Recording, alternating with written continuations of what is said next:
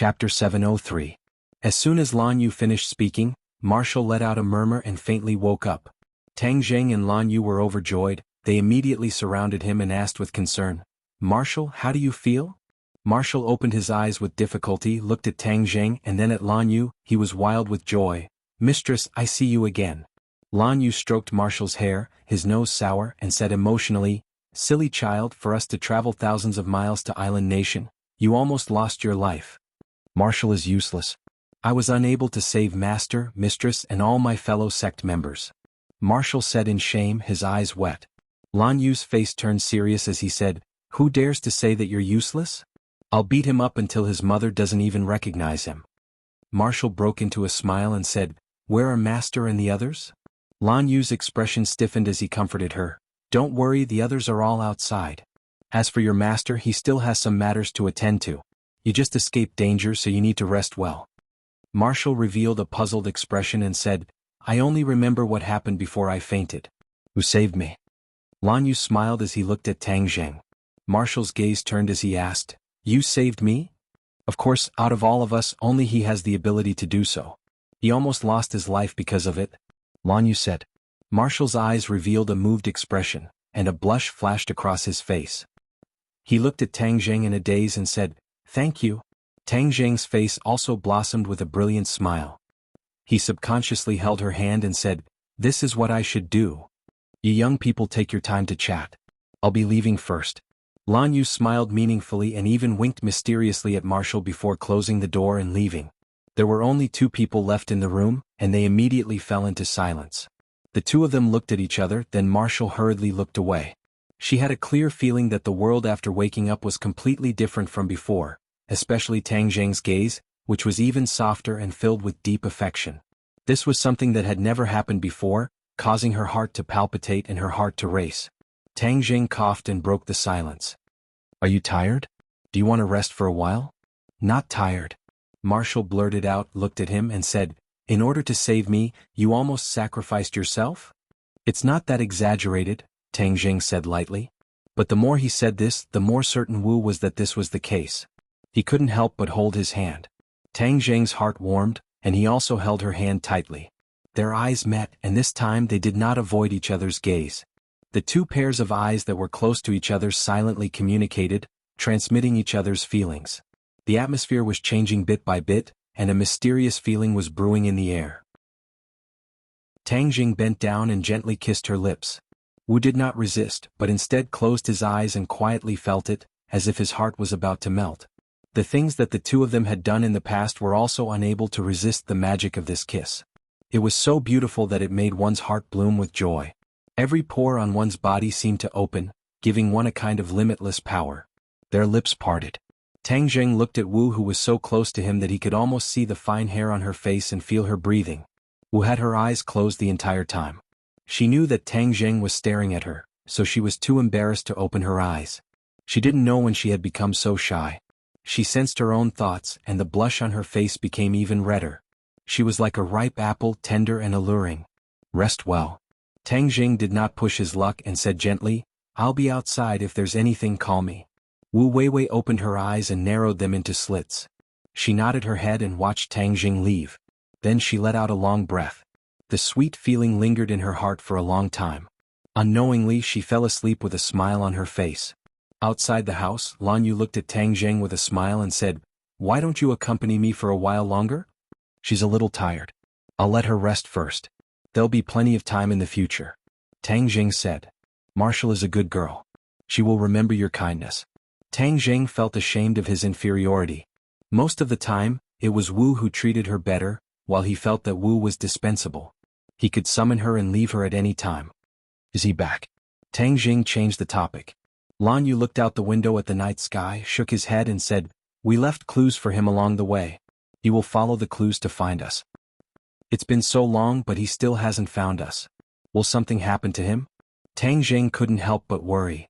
"If he knew that you were so worried about him, he would definitely be very gratified." Lan Yu sighed. A hint of panic flashed past Tang Zheng's eyes. His feelings for his biological parents were already in a mess, and even he himself couldn't explain it clearly. Hearing Lan Yu's words, he felt a sense of panic. He quickly shifted his gaze and said, Do you need us to go find him? No need. You will have a way. You have to trust him. Lan Yu's gaze was firm. Tang Zheng was at his wit's end, and could only choose to believe in her judgment. At this moment, Wu Junshan was still in the Imperial Advisor's mansion, which was already surrounded by layers upon layers of troops. Although the Heavenly Emperor had died and the country had indeed fallen into chaos, they had still set up a certain emergency mechanism. After the emergency mechanism was activated, the various government orders were passed down in an orderly manner. First, a large number of troops surrounded the Imperial Palace and the Imperial Advisor's mansion, not allowing anyone to enter or leave. The army did not completely enter the Imperial Advisor's mansion. The Imperial Advisor's mansion occupied an extremely large area, and that small village was only a drop in the ocean. The larger area was the mountain and lake behind the village, and the mountain was even connected to the sea. Wu Junshan stood at the peak of the mountain. Half of the mountain had already been destroyed and it was a complete mess. This was the result of the battle between Yamada no Orochi and the Hundred Faces Star-Lord. It was terrifying, and it was almost impossible for an ordinary person to reach such a level. Wu Junshan's expression was cold and his clothes were a little messy. There was still a trace of shock in his eyes. If he had not seen it with his own eyes, he would not have imagined such a battle. Although he was an expert, he was still not strong enough to face these two tyrannical fellows. "Master, let's go." In the darkness, an ethereal voice sounded. Wu Junshan was unmoved. He looked in the direction of the sea and said, "What do you think the final result of their battle will be?" Yamada no Orochi is still no match for the Hundred Faces Star-Lord. Defeat is only a matter of time. So the Hundred Faces Star-Lord will have the help of Yamada no Orochi? Wu Junshan frowned. This is something that can't be stopped. Shadow, the days ahead will only get more and more difficult. Wu Junshan sighed. If you hadn't stopped me, I'm afraid I would have disappeared from this world. Shadow, a martial scholar, was really like a shadow following beside Wu Junshan. It was all thanks to the shadow that they were able to leave the martial organization so smoothly. This time the shadow had helped Wu Junshan again. Wu Junshan could not remember how many times the shadow had helped him. It was as if the shadow had become a part of his body. "Master, this is what I should do," the shadow calmly said. "Let's go. We'll catch up with Lan Yu and leave this place. I have a feeling that the good days of the island nation are coming to an end," Wu Junshan said meaningfully. The two disappeared. In the ruins, a few stones moved and a person came out, the Imperial Teacher. The Imperial Teacher was covered in dust and looked in a sorry state. He looked in the direction where Wu Junshan disappeared, and then looked in the direction of the sea. He muttered to himself, "There is always someone better than you." Huaxia's famous saying is too accurate. Without a doubt, the Imperial Teacher used to be headstrong and arrogant. Although he did not think that he was the best in the world, he was very confident that he was one of the strongest people in the world. But after seeing this unprecedented battle, he realized that he was the frog at the bottom of the well. He only saw the blue sky above his head. Wu Junshan, the shadow beside him, and even his wife are all top-notch experts. Compared to them, even I am slightly inferior, not to mention that childlike multiform Star-Lord. Who is he? How can he have such terrifying strength? There was still a lingering fear between his brows. In front of Hundred Change Star-Lord, he had no resistance at all. He was like an ant that could be easily squashed to death. How is the battle between God Orochi and Hundred Change Star-Lord? He looked at the sea but could not see anything clearly. Kacha. Suddenly, a bolt of lightning fell from the sky and landed in the sea. Thick black clouds accumulated on the surface of the sea. Then the rumbling of thunder sounded like a drum, deafening to the ears. This is their battle. The Imperial Teacher was frightened. Imperial Preceptor. Suddenly, a figure appeared behind the Imperial Preceptor and knelt down with a thud. The Imperial Teacher turned around and saw his favorite disciple. He was pleasantly surprised. "Junko, are you okay?" Junko's face was as pale as paper. Her shoulders trembled as if she was terrified. She said in a trembling voice, "Junko was lucky to escape. The others are dead. They died in the hands of that child." When Junko recalled that scene, her heart felt like it was going to jump out of her throat. She had never seen such a powerful person in her entire life. He didn't even need to touch them, and the others were killed without being able to resist. It was not a simple killing but a massacre. The strong murderous aura emitted by the child's every movement made people unable to think of resisting. She had to overcome the fear in her heart with great difficulty to escape this calamity. The Imperial Teacher's expression did not change at all. he said lightly, I know sacrifice is inevitable. Imperial teacher, we have to avenge them. Junko's eyes bloomed with flames of hatred as she said resolutely. The Imperial teacher showed a self-mocking smile and said, Oh, revenge? He paused for a moment and said, There is nothing I can do. Junko had never seen the Imperial teacher so dispirited. After she escaped, she did not see the great battle just now. So she did not understand the situation in front of her. It's over. Everything is settled. The Imperial teacher said dispiritedly. As if to prove this sentence, the thunder and lightning on the sea stopped. Chapter 704. This aura made people have an impulse to kowtow. Junko looked at it with a pale face and asked, State Preceptor, what is that? The Imperial advisor was silent, but his face became serious. Boom. Rivers and seas were overturned, and huge waves surged up on the surface of the sea. Junko subconsciously took a step back and exclaimed, Tsunami! State Preceptor was still motionless as he stared at the monstrous waves. Although Junko had the urge to run away, she stopped abruptly when she saw State Preceptor's tall and straight figure. The huge wave stopped in front of the mountain. The seawater was like a waterfall. With a splash, it fell into the sea, splashing water vapor all over the sky. It was like a rainstorm. A huge monster quietly revealed its true face. It was none other than Yamada no Orochi. However, the 8 heads of Yamada no Orochi were protected by a person standing at the top, 100 faces. Although he was still dressed like a child, he looked down from above like a king looking down on the world. Obviously, as the Imperial advisor expected, Yamada no Orochi had been subdued by 100 faces. Yamada no Orochi lowered its noble head. This was a world where the strong were respected, especially the creatures who came from the cultivation world. They understood the principle of the strong being respected and had a deeper understanding of the law of the jungle. If they didn't submit, they would die. Yamada no Orochi obviously didn't want to die, so it could only submit. The Imperial advisor's face changed a few times, and the loss and pain in his eyes were self-evident. Although he had expected this result, he still had mixed feelings when he saw it with his own eyes. All these years, Yamada no Orochi had been respected by him as a god. In the long history, both the Imperial advisor and the Emperor respected Yamada no Orochi as a god, so it was called Yamada no Orochi. Deities were lofty and undefeatable. However, at this moment, it was proven that Yamada no Orochi was still a long way from being a god.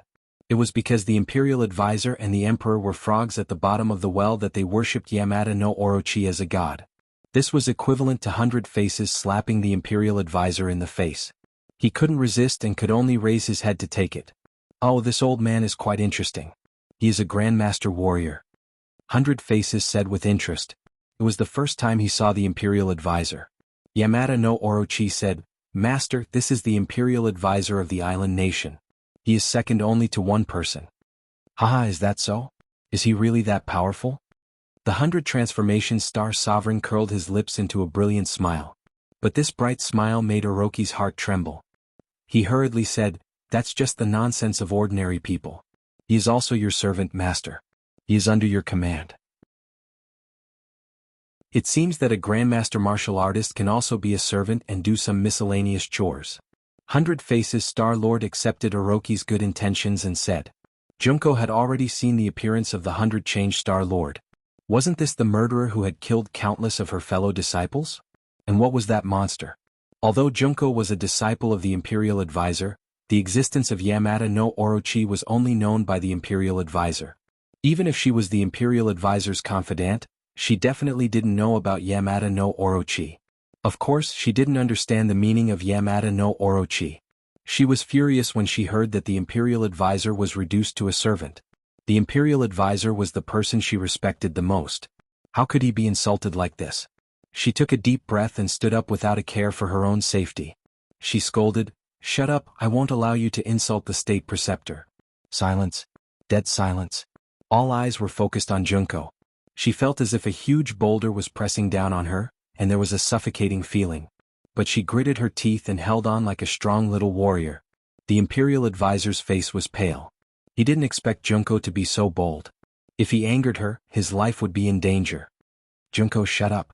The Imperial Advisor scolded and then respectfully said to Yamada no Orochi, Yamada no Orochi, she is young and ignorant. Please don't lower yourself to her level.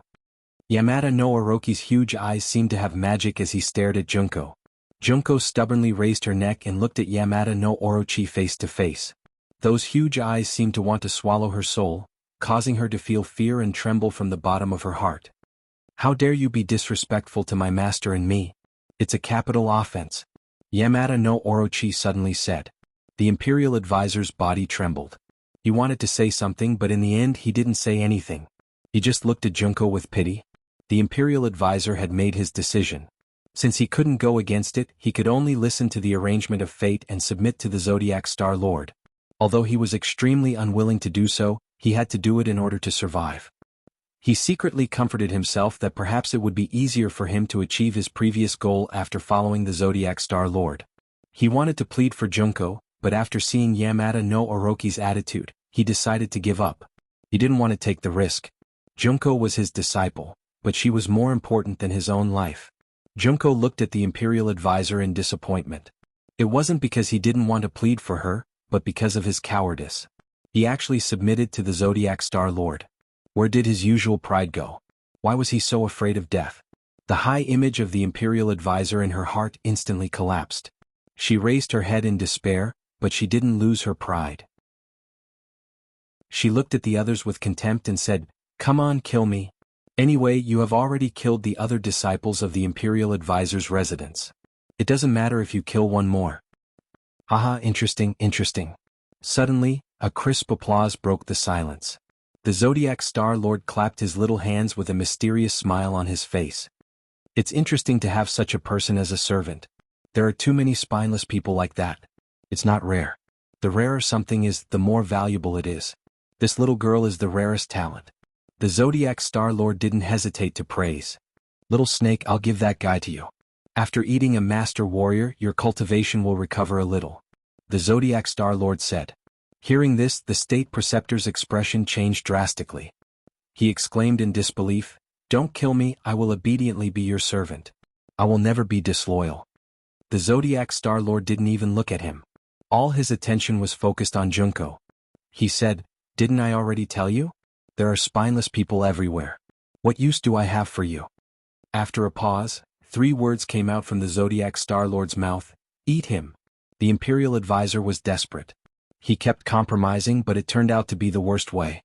The Zodiac Star Lord didn't buy it. Instead, Junko was appreciated by the Zodiac Star Lord.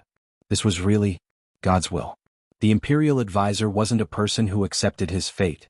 When he heard the 3 words from the Zodiac Star Lord, his body flashed and turned into a stream of light, rushing out of the Imperial Advisor's residence.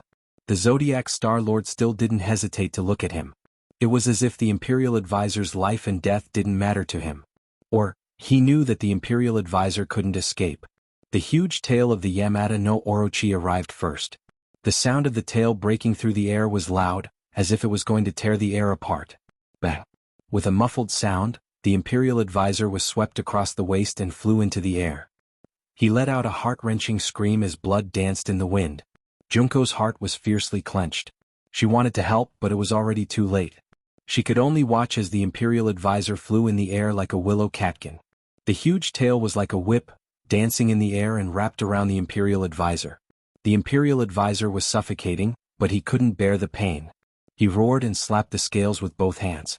Using all his strength, the strength of this slap could be said to be terrifying. With a loud bang, a piece of the scales was slapped off, bringing with it a dazzling stream of blood. "Brr! How dare you? I'm going to eat you." Yamada no Orochi finally exploded in anger. Although it had pledged allegiance to the Zodiac Star Lord, it had always been high and mighty in front of the Imperial Advisor. Even now, it still maintained this condescending position. But the Imperial Advisor dared to attack it and even injured it. This was absolutely intolerable. The huge tail swung back and the Imperial Advisor flew in the air. Before he could break free, a bloody mouth came towards him. A disgusting smell assaulted his face, almost suffocating the Imperial Advisor. His eyes were immediately filled with despair as he looked at the bloody mouth and long fangs that were getting closer and closer. "Ah!" The Imperial Advisor let out a heart-wrenching scream of unwillingness, and then he fell into the mouth of Yamada no Orochi. The scream came to an abrupt end. The Imperial Advisor was bitten in half, and the sound of bones breaking was particularly clear in the dark night. It was also particularly ear-piercing, making people involuntarily shudder. Junko trembled and almost fainted. Watching her idol fall into the mouth of the monster, this visual impact almost made her collapse. If it wasn't for her extraordinary perseverance, she would have been scared out of her wits, but her body was already trembling uncontrollably. Kacha. Kacha. The crisp sound of bones breaking was incessant, and blood overflowed from the corner of Yamada no Orochi's bloody mouth. That was the Imperial Advisor's blood. After Yamada no Orochi swallowed, the Imperial Advisor completely disappeared from its mouth and entered its stomach, completing the journey of his life. Suddenly Yamada no Orochi's eyes lit up instantly, like a searchlight in the dark night, emitting a breathtaking light. Turning its gaze, it swept towards Junko, and Junko subconsciously stepped back. "Don't be afraid, I won't kill you," Hundred Faces Star-Lord said patiently, like a strange uncle tricking a little girl. "Become my servant, and your life in the future will be 1,000 times, 10,000 times more interesting than now." Before his voice fell, he was already in front of Junko, but he didn't move. Instead, it was the head of Yamada no Orochi that carried him to Junko. He slowly stretched out a finger and pointed at Junko's forehead. Junko wanted to dodge, but found that she couldn't move at all.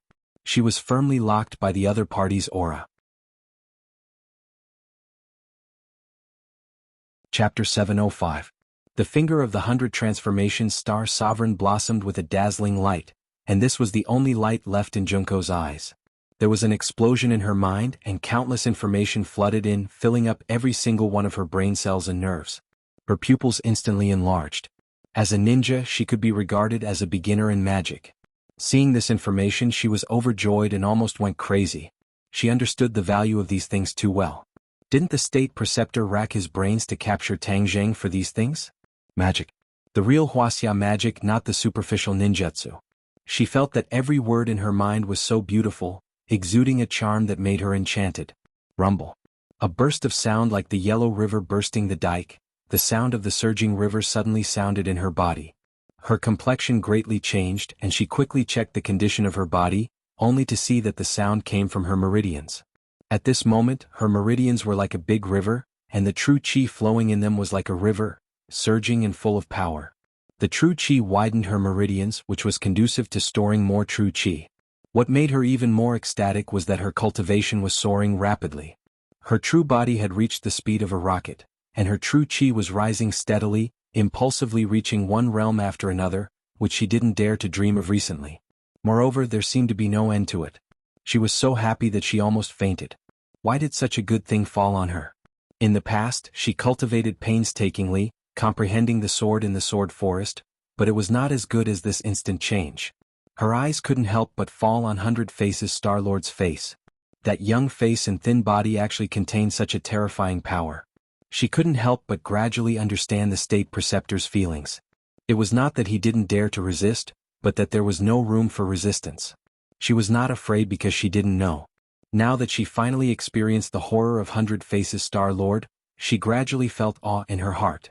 The finger left her forehead, and the true chi in her body stopped soaring. But for Junko, the current state was the peak that she had never been in before. The 100 Transformation Star Sovereign looked at her and said casually, "I helped you to reach the 9th grade of fasting, which is equivalent to the 9th grade of innate realm. The inner strength in your body has been completely dissolved and replaced with true chi, which is the foundation of a cultivator's cultivation. As for the Grandmaster realm, you need to comprehend it yourself. That way you can gain more." 9th grade innate stage, 9th grade inedia? Junko sucked in a breath of cold air. She had never dreamed that she would reach such a realm so quickly. Moreover, it was not the 9th grade innate stage but the 9th grade inedia stage. Although she had practiced ninjutsu before, she was still a martial artist and not a cultivator. That was because most of the power in her body was transformed from inner strength. However, it was different now. The 100 Faces Star-Lord used the enlightenment technique to dissolve the original inner strength in her body and used true chi to supplement it. Thus, she was completely transformed into a cultivator who could practice all kinds of profound and unfathomable spells. Without a doubt, Junko was overjoyed by this change.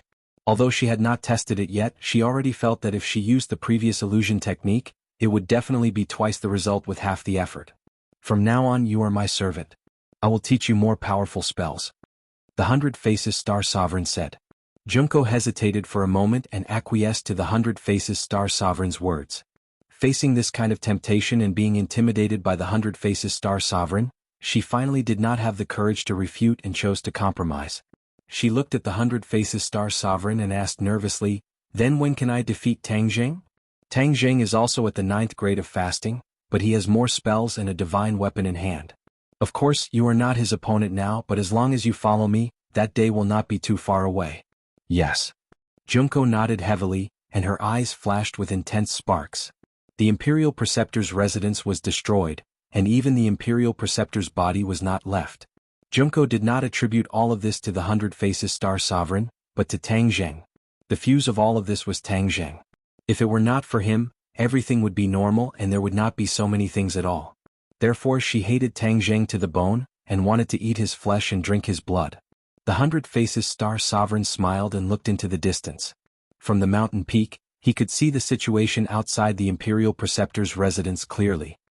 He narrowed his eyes slightly and patted Orochi's shoulder, saying, "Don't you want to increase your cultivation? Enjoy the delicious meal." Orochi heard this, and a terrifying cold light and murderous intent burst out from its eyes. The snake's tongue flickered and its huge eyes stared into the distance. There were many soldiers there, and they surrounded the Imperial Preceptor's residence. They were armed and ready, and they did not know that misfortune was about to befall them. When they saw several figures floating down from the mountain peak in the distance, everyone's nerves became more tense, and they subconsciously tightened their grip on the guns and ammunition in their hands. "Who are you? Stop right there," the officer shouted, trying to stop them. But when they approached, and especially when they saw the huge body of Orochi, everyone trembled in fear. Some of them could not even hold the guns in their hands and they fell to the ground. What kind of monster is that? Everyone's mind was full of question marks, and some smart people immediately shouted in fright, "Open fire, don't let them come close." Da-da-da. The bullets were like raindrops, covering the sky and covering the earth as they shot towards the few people. Roar. Orochi let out a furious roar, "Kill." Yamada no Orochi looked down at the crowd from above. The bullets clanged as they hit its scales, but all of them ricocheted back without leaving a single mark. Suddenly, someone finally understood the huge gap in strength between them and the enemy. Their faces were pale, and their hands holding the guns could not help but tremble. "Humph, it's my turn now." Yamada no Orochi laughed sinisterly. His 8 bloody mouths swooped down like a gust of wind, crashing into the crowd with a whoosh. Ah! Instantly, screams that sounded like pigs being slaughtered rang out one after another, piercing through the clouds. One by one, the mouths of the Yamada no Orochi bit down on the bodies of many people. Kacha, the bodies were torn apart at the waist, and then they were swallowed into the stomach of the Yamada no Orochi. 100 Faces looked at all of this with a smile, as if this hellish slaughter was nothing out of the ordinary for him, and there was no fear at all.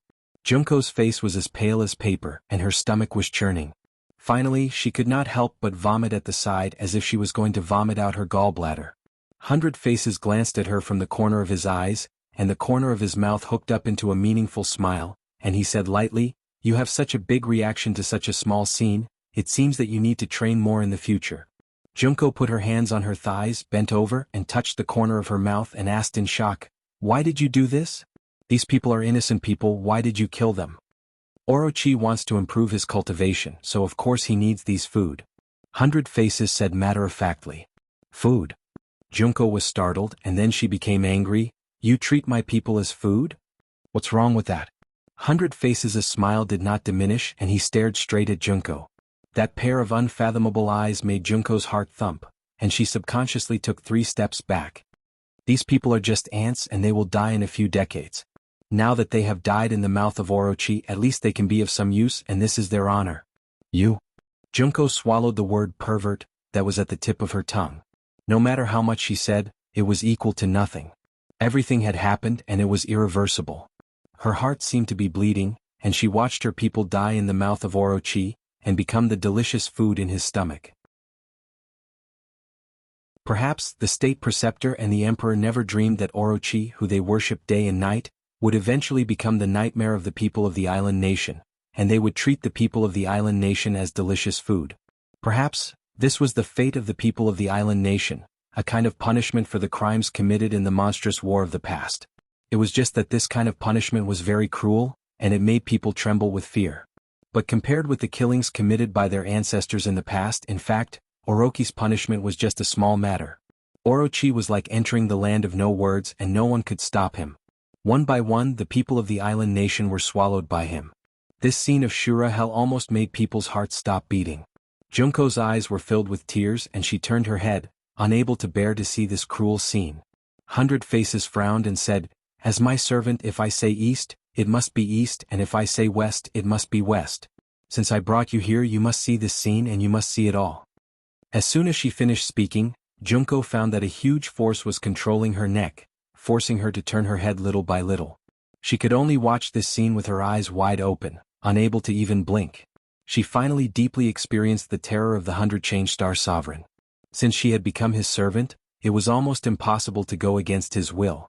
"Humph, you don't want your people to be eaten, do you? But I tell you, since you are my servant, you are no longer a person of the island nation. You don't even belong to any country, you only belong to me, 100 Faces. Put away your pitiful heart, this world is cruel, only the strong can survive, the weak only have the same fate as them, at the mercy of others." The 100 Transformations Star Lord said with a murderous aura. Junko bit her lips tightly and didn't say a word. A fierce light flashed in 100 Faces' eyes and he said sternly, "Orochi, after you enjoy these people, march to the big city, where there are more delicious food waiting for you."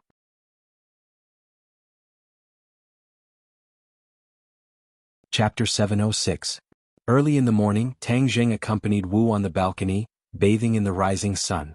This place was not far from the sea and one could see the sea level.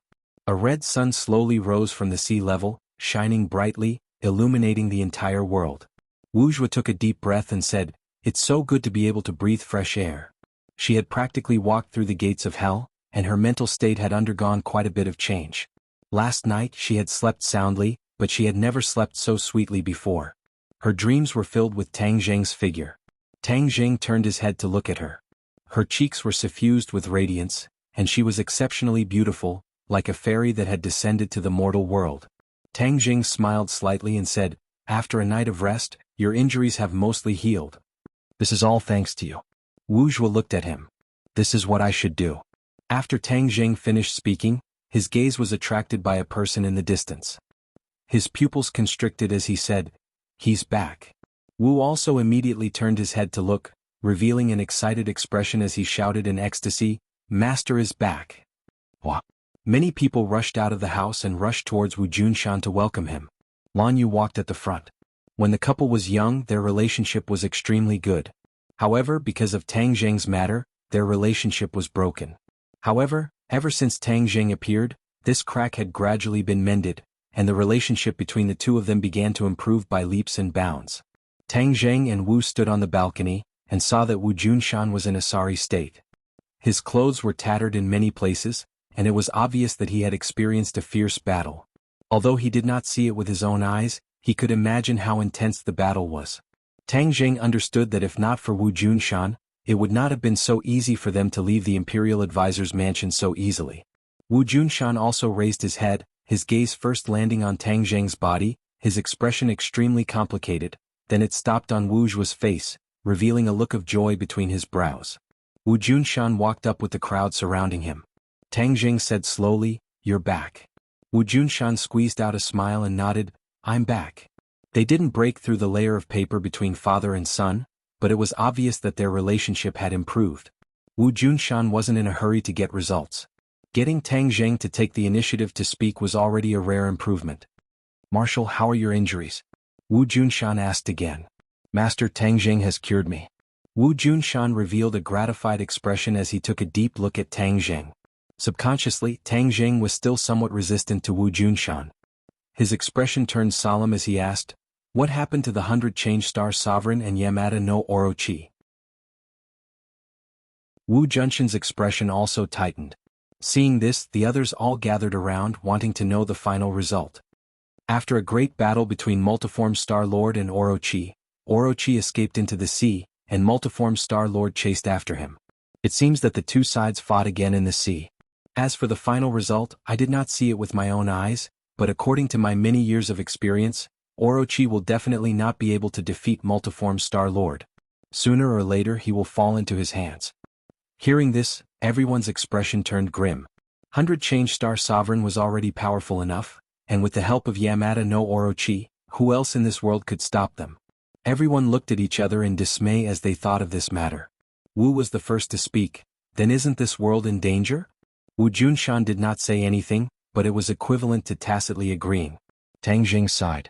Even without the 100 Change Star Sovereign, this world was not necessarily safe. There were too many dangers in this world, but ordinary people did not know about them. What should we do next? Lan Yu asked. We can't go back to that island, and the island nation naturally can't stay there for long.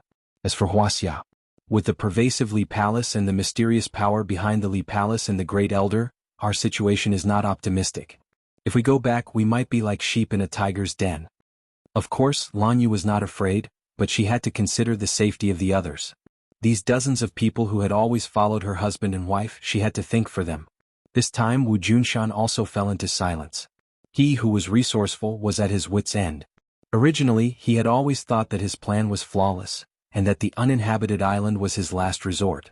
But in the end, after decades of planning, he still couldn't escape the investigation of the Li Palace. Furthermore, he was wiped out in one fell swoop, almost burying everyone's lives. This was his mistake as a leader. Therefore, when Lan Yu asked this question, he couldn't give an answer for the time being. Silence, the oppressive atmosphere spread out. Many people subconsciously lowered their heads, their morale low. The impact of this incident on everyone was self-evident. Now that they saw that their leader was at his wit's end, the hesitation and helplessness in everyone's hearts completely exploded. Seeing everyone's worried expressions, Tang Zheng's mind began to work. Suddenly he had a flash of inspiration. He remembered the pirate island he had destroyed. That island's whereabouts were uncertain, and even the warships of various countries couldn't find it. And wasn't that island carried by Gui Qinsui? This was a moving island that could change its position at will. It was almost impossible for the enemy to investigate it. Moreover, the island's defense would be combined with Gui Qinsui's. Gui Qinsui had a natural advantage in defense. If he built a new moving island like this, wouldn't these people have a place to go? He couldn't wait, his eyebrows dancing as he said, I have an idea. The others immediately gathered around.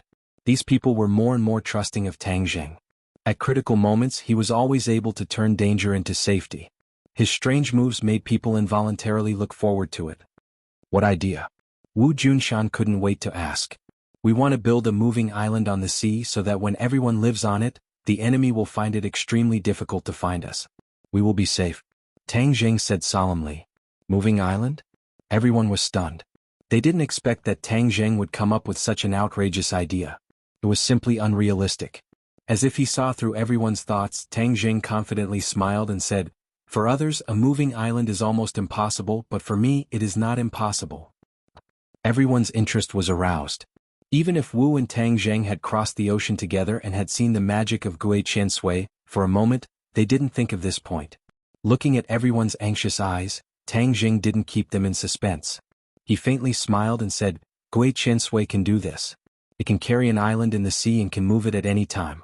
It even has a defensive function. Gui Qinsui? Everyone subconsciously turned their head to look inside the room. The two small figures were behind the floor-to-ceiling window, and their spirits were not very good. Gui Qinsui was injured, and a crack appeared on his turtle shell. Xiaobai was also injured, but it was not as serious as Gui Qinsui. But after the continuous battle last night, it consumed a lot of energy. So, the two little guys were a little dispirited. It can do this? Everyone still felt that it was inconceivable. How could Gui Qiansui's small body carry such a huge island? Gui Qiansui opened his eyes. Last night he had been healing. When he heard everyone's conversation, he staggered out. Looking up at everyone, he slowly said, Immortal, I am seriously injured. My current spiritual power is not enough to carry an island. Hearing a turtle speak human language except for a few people, most of them showed a look of seeing a ghost. Tang Zheng's heart skipped a beat. He immediately saw the crack on Gui Qiansui's back. If not for saving him, Gui Qiansui would not have been bitten by Yamada no Orochi's fangs, let alone be seriously injured. Gui Qiansui, don't worry. I will find a way to heal you. Tang Zheng said seriously with a calm face. Gui Qiansui shook his head and said, Immortal, this time my injury is very serious.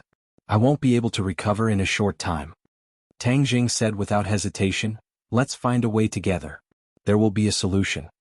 After a pause, he said to Wu Junshan and the others, it seems that we will have to stay here for a while. During this time, everyone must be on high alert. Last night I killed the emperor and destroyed the Kokyo. The island nation is in complete chaos. Moreover, the other party must want to find us even if they have to dig 3 feet into the ground. So they may follow any clues to find us.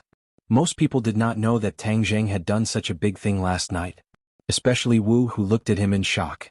Seeing this, Lan Yu reminded, at that time, you were in a critical situation. He was avenging you. Wu seemed to have been immobilized. She was motionless as she stared at Tang Zheng. Her eyes seemed to have ripples. Even a fool could understand the emotions in her eyes. Lan Yu smiled knowingly and winked at everyone. Everyone understood tacitly and tiptoed away from the balcony. Even Gui Qiansui tactfully returned to the house. There were only 2 people left on the balcony. For eyes looked at each other. Too many feelings were revealed from each other's eyes. This was the first time Wu knew about Tang Zheng's crazy actions last night. This moved her more than when Tang Zheng saved her life. Because Tang Zheng's actions were too dangerous. What kind of place was the Kokyo? Who was the emperor? Destroying the Kokyo and killing the emperor. Even without thinking, one would know how difficult the task was. In this world, there were not many people who had the courage to do such a thing. But in order to avenge her, Tang Zheng did not hesitate to put himself in danger. This moved her to the extreme. She stared at Tang Zheng and could not help but walk to his side. She gently hugged his waist and leaned her face on his neck. She clearly said, "In this life, no matter what you do to me, I will never leave you." In just a short sentence, she seemed to have exhausted all her strength. Then her whole body softly leaned on Tang Zheng's body. Tang Zheng's heart seemed to have been punched. His hands also hugged her body.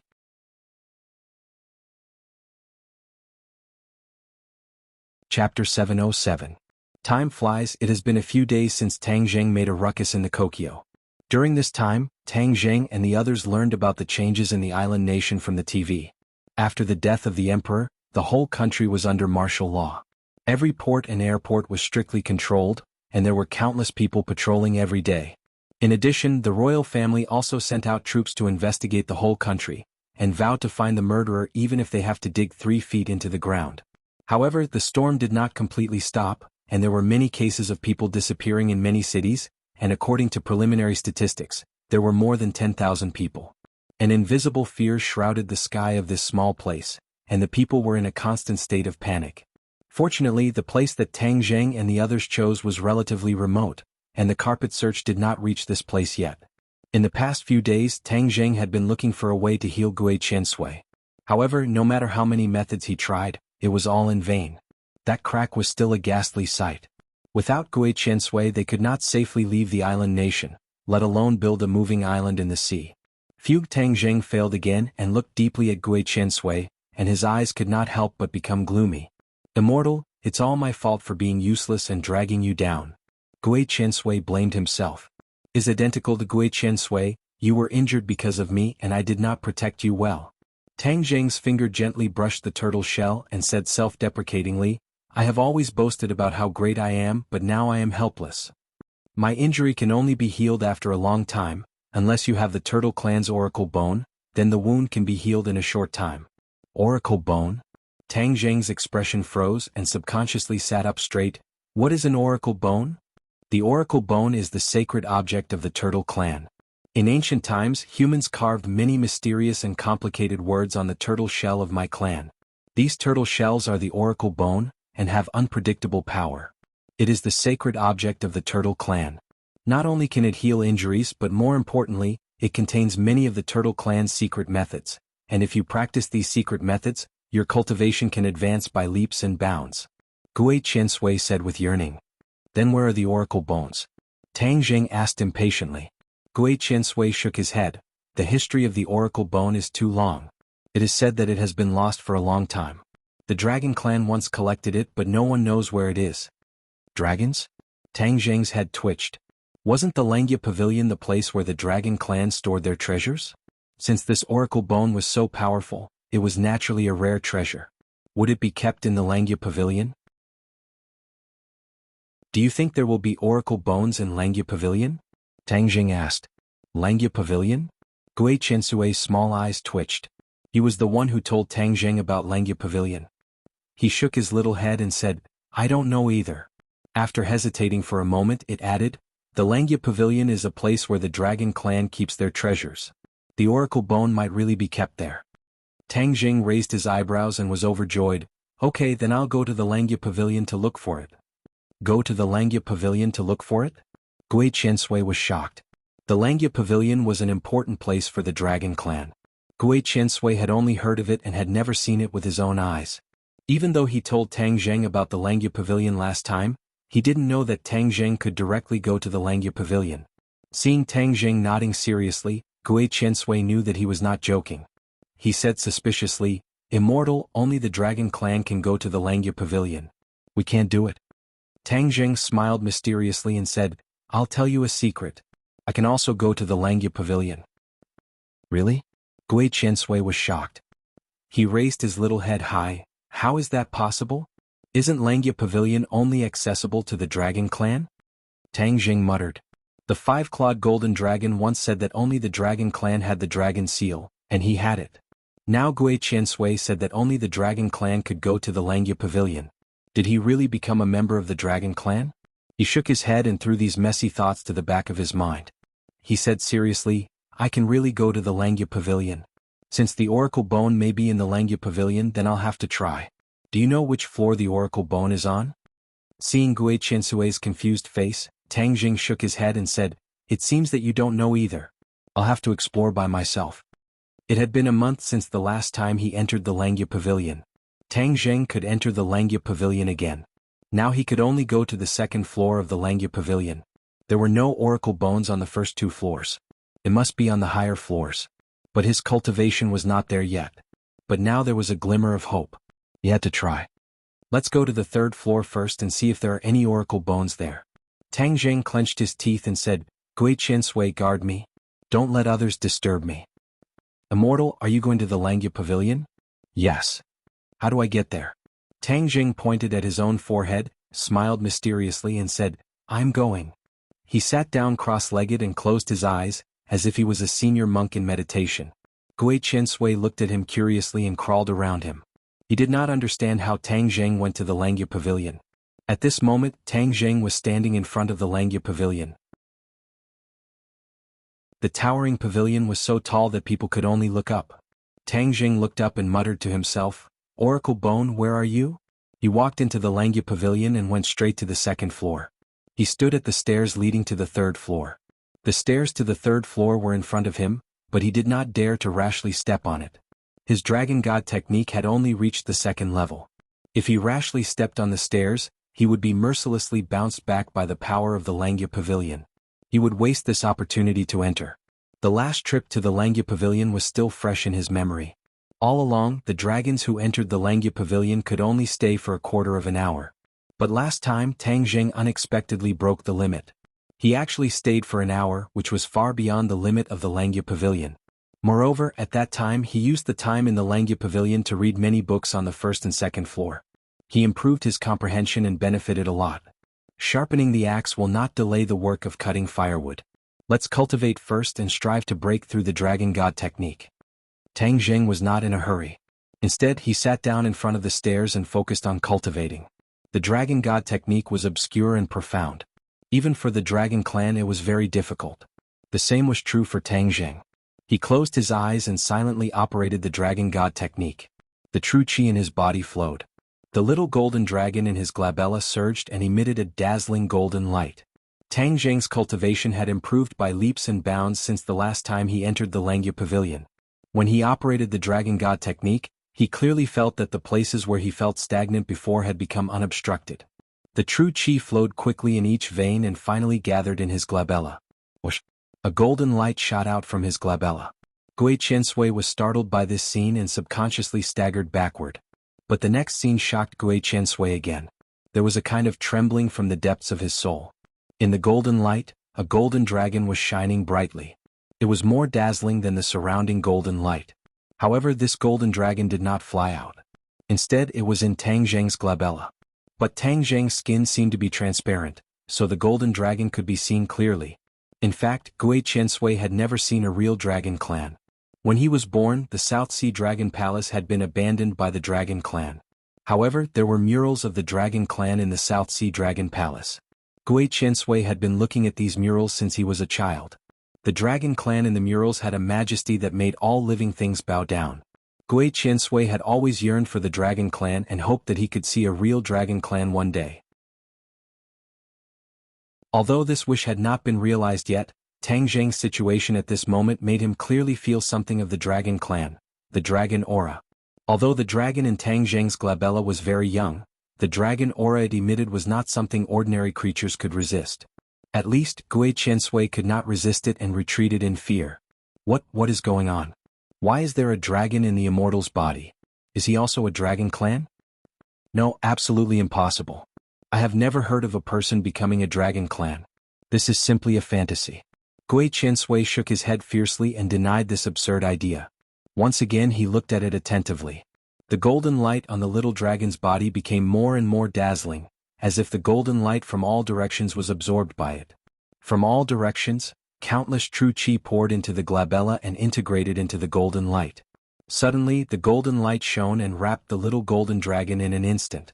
The two claws kept dancing, which was particularly eye-catching. Time passed by little by little. Tang Zheng felt that the true qi was endless, surging like a river, quickly pouring into the glabella and replenishing the golden light. He had already found a way. The increase of his cultivation was indeed very useful. The true qi of the 9th grade of fasting was really terrifying. After turning into golden light, it replenished the golden dragon little by little. Hiss, the golden light hovered in the golden dragon's abdomen and gathered little by little. Lingering together, a small dragon claw slowly formed. Tang Zheng was slightly stunned and immediately overjoyed. This is the rhythm of the dragon god's secret arts breakthrough. At this critical moment he must not drop the ball. So, he quickly calmed his mind, calmed down, and stared at the golden dragon and the dragon claw that was in the process of forming. Time passed by little, the golden light gradually dimmed. But at this moment, the golden dragon's abdomen had already grown a 3rd dragon claw. Wow! Gui Qiansui saw this scene clearly. Although he did not know what was going on, when he saw the dragon claw formed, he could not help but exclaim. This scene was too magical. It was not something that could be seen casually. Moreover, when the 3rd dragon claw grew, the dragon aura of the golden dragon was obviously improved by a level.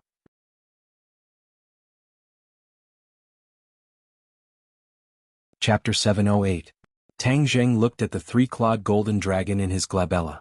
It was vivid and lifelike as if it was really alive. The 3rd stage of the dragon god technique, I really did it. Tang Zheng excitedly waved his fist. The 9th grade of Enidia really had an extraordinary effect, breaking through the 3rd stage of the dragon god technique so easily. If the 5-clawed golden dragon knew about this, it would definitely be shocked. It had always vowed that the dragon god technique was very difficult to cultivate, but ever since I started cultivating the 1st layer, it has been a lot easier for me. He looked up and saw the stairs leading to the 3rd floor of the Langya Pavilion in front of him. The corners of his mouth curled up into a smile and he walked up. Crick. His feet landed on the stairs, making a slight sound, but he was not ejected out of the Langya Pavilion by the mysterious force like before. He breathed a sigh of relief and strode up to the 3rd floor. Just as he stepped into the 3rd floor, a murderous aura hit him in the face. This was not a murderous aura, but a murderous aura that filled the sky. It was so dense that it could not be dispersed like water, and he was like a fish in the water. His smile immediately disappeared and his brows furrowed. Such a strong murderous aura was definitely not a good sign. What exactly was so dangerous about the 3rd floor? He cautiously looked over, and his pupils instantly dilated. This floor was not like the first 2 floors, which were filled with an antique and scholarly atmosphere. This floor was like a huge display stage. Not only were the 4 walls filled with a dazzling array of items, there were also many items on the shelves on the ground. His breathing involuntarily quickened and he muttered to himself, I knew that the Langya Pavilion would definitely have these good things. Sure enough, treasures, these are all treasures. This entire floor was filled with treasures. Sabers, spears, swords, and halberds were the most common weapons. There were also many strange weapons, dazzling the eyes. However, this time he didn't come for the weapon, but for the oracle bone. Oracle bone, where are you? Don't be on the floors above. If that's the case, I won't be able to do anything. He muttered to himself endlessly and started searching the floors. When his gaze swept past the weapons one by one, he could not help but feel his emotions fluctuate because these weapons were not ordinary weapons, but magic treasures. The first thing that caught his eye was the outermost yellow-grade transcendent artifact. This was the most basic transcendent artifact. If Tang Jing had just started cultivating, of course he would be very fond of it. Now he was no longer the same as before, and yellow-grade transcendent artifacts were nothing in his eyes. As he walked forward, a profound grade transcendent artifact came into view, and he couldn't help but nod. Although he didn't need it, there were too many people around him, and there was bound to be someone who needed it. Further ahead were the Earth-grade magic treasures. The number was much less than the previous magic treasures, only 5 in total. However, in Tang Jing's eyes, these 5 magic treasures were not simple. They were definitely the best of the Earth-grade magic treasures.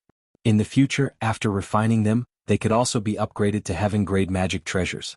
He suppressed the joy in his heart and went to the center of the floor. There were 3 antique shelves, but the shelves were covered with something so he couldn't see what was inside. Could there be a heaven-ranked magic treasure inside? Tang Jing muttered to himself as XN Show lifted up a cover. Shwa. A multicolored light shone out, illuminating the entire floor. It was like a rainbow, gorgeous and beautiful. Wow! Even though Tang Jing was experienced and knowledgeable, he couldn't help but exclaim in surprise, because it was really too beautiful. A multicolored ribbon quietly appeared in front of him. Upon closer inspection, the ribbon was floating about a finger's width away from the shelves. Heaven-grade magic treasure. Tang Jing cried out in surprise. Although he couldn't see what was so magical about this magic treasure, the power and aura it emitted still allowed Tang Jing to make an accurate judgment. He carefully picked up the magic treasure, and a cool feeling spread from his palm to his whole body.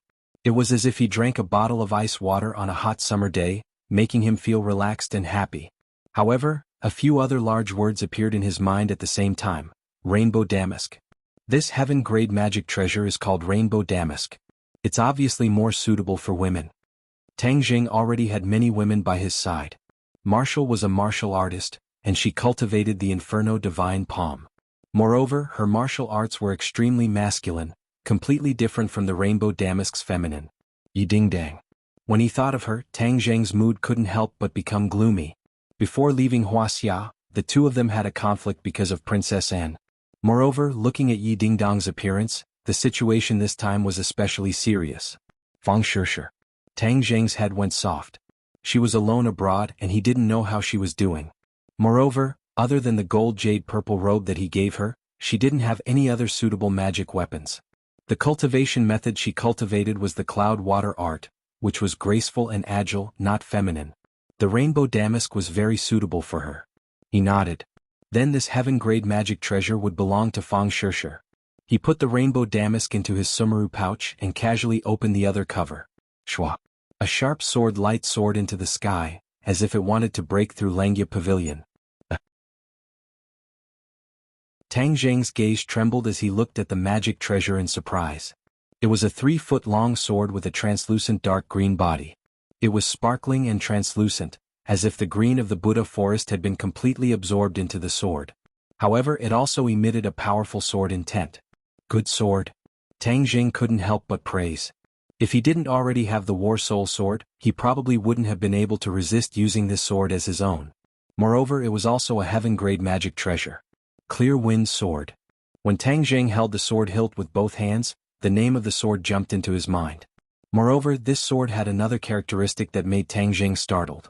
This sword seemed to have no weight at all. It was light as a feather, as if he was holding air in his hand. What a gentle sword name, but this sword isn't gentle at all. It's definitely a killing weapon. Tang Jing exclaimed. In his heart, a person involuntarily jumped out. Yi Ding Dang. I've already passed the wind-chasing sword art to Ding Dang. The wind-chasing sword art is fast, fierce and accurate. It has high requirements for the sword. If the sword is light and thin, and can cut through even the slightest hair, then when used together with the wind-chasing sword art, it will definitely display an even stronger power. Tang Jing's eyes were filled with joy. The clear wind sword and the wind-chasing sword art were a perfect match. Moreover, both had the word wind in their names. It was like a match made in heaven. Although Yi Ding Dang was a martial artist and the clear wind sword was a magic treasure, magic treasures could also be used as normal weapons. It was just a bit wasteful. However, because Yi Ding Dang practiced the wind-chasing sword art, she didn't need inner strength to control the sword. She only needed to rely on the exquisite sword moves, which was a perfect match for the clear wind sword. I'll give this clear wind sword to Ding Dang. I hope she likes it. He didn't hesitate to make a decision and put away the clear wind sword. Finally, his gaze fell on the third cover. As for what was inside, he had no idea. He didn't rush to open it. His heart was a bit nervous. He had already searched all the other places on this floor. This was the only place left. If it wasn't an oracle bone, then this trip would be a waste of time. He didn't think that he would be able to reach the fourth stage of the Dragon God technique in a short period of time. This was related to Gui Chensue's injury. It was related to where Wu Junshan and the others would go next. In short, this matter was very important. He took a deep breath and carefully lifted the cover. At this moment, his heart stopped beating. His eyes stared straight at it. There was no dazzling rainbow light, no sharp sword chi. There was only a black thing the size of a palm. It was engraved with veined patterns. What is this? Tang Zheng's face revealed a look of suspicion, as the appearance of this item was not that great. It could not be compared to the seven-colored silk or the clear wind sword, but since it was placed here so solemnly, then it was definitely not trash. He picked up the thing. There was no reaction. The name of this thing did not appear in his mind. What the hell is this thing? Tang Zheng looked at it over and over again. For a long time he didn't get a specific answer. The veined patterns engraved on it were very complicated. It was like a small tadpole. It looked like words, but it didn't look like words. Tang Zheng had never seen such a strange thing. After searching all the places, he still couldn't find the oracle bone. He couldn't help but feel dispirited and disappointed. God, are you playing with me? You gave me hope and then instantly made me despair. You can't play with people like this. Tang Zheng waved his fist above his head and angrily roared. The voice hovered above his head for a while and then disappeared. Only Tang Zheng and the weapons in the room were left. Well, since it's like this, I can only think of another way. Tang Zheng casually threw the black thing into the sumaru pouch and then strode downstairs. He didn't put the other weapons into the pouch. Because now he was surrounded by warriors, he didn't need these magic weapons for the time being. Tang Zheng slowly opened his eyes. Gui Chensui hurriedly crawled over and couldn't wait to ask, Upper Immortal, how's the situation? Tang Zheng's expression dimmed as he said, I entered the Langya Pavilion, but there are many floors in the Langya Pavilion and my cultivation can only reach the third floor. I didn't find the oracle bone, maybe the oracle bone is on a higher floor. Gui Chensui heard this, and the expectation in his eyes immediately disappeared. It was replaced by disappointment and loss. Gui Chensui, I'm sorry. I couldn't help you. Tang Zheng apologized. Gui Chensui raised his head and said, Upper Immortal, you're too kind. It's my great honor to find the oracle bone in Langya Pavilion for me. Even if I die, I'm already satisfied. Moreover, this injury won't take my life. I just need more time to recover. But I'm really useless if I delay Upper Immortal's important matter. Gui Chensui not only didn't blame him, but also kept blaming himself. Tang Zheng quickly said, Gui Chensui, don't worry. I'll practice hard and strive to reach the higher floor of Langya Pavilion as soon as possible to find the oracle bone for you. Upper Immortal, Langya Pavilion is an important place of the Dragon Clan. You can go in and out freely. Moreover, a golden dragon appeared on your forehead just now. This situation has never happened before. It's a great opportunity for Upper Immortal. Gui Chensui praised, but you'd better not let others know about this situation. Otherwise, I can't guarantee that others won't covet it. Tang Zheng was moved and nodded. He admitted that Gui Chensui's reminder was very reasonable.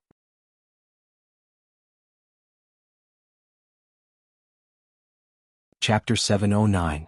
Tang Zheng remembered his harvest in Langya Pavilion, but he didn't know what that black thing was, so he took it out and asked Gui Chensui, What do you think this is? That thing flew to Gui Chensui and stared at it with its small eyes. It touched it with its claws and said, This? For a moment, it was a little sluggish. Tang Zheng was startled and asked curiously, What's wrong? Gui Chensui raised his head and looked at Tang Zheng with a strange expression. Immortal, isn't this an oracle bone? What? Tang Zheng was shocked and almost jumped up. It's different from what you described. The oracle bone described by Gui Chensui was not black like this, and there were turtle shell patterns on it, but there were no turtle shell patterns on it except for the scribbles. So, Tang Zheng thought for a long time, but still didn't recognize it as the oracle bone he was looking for.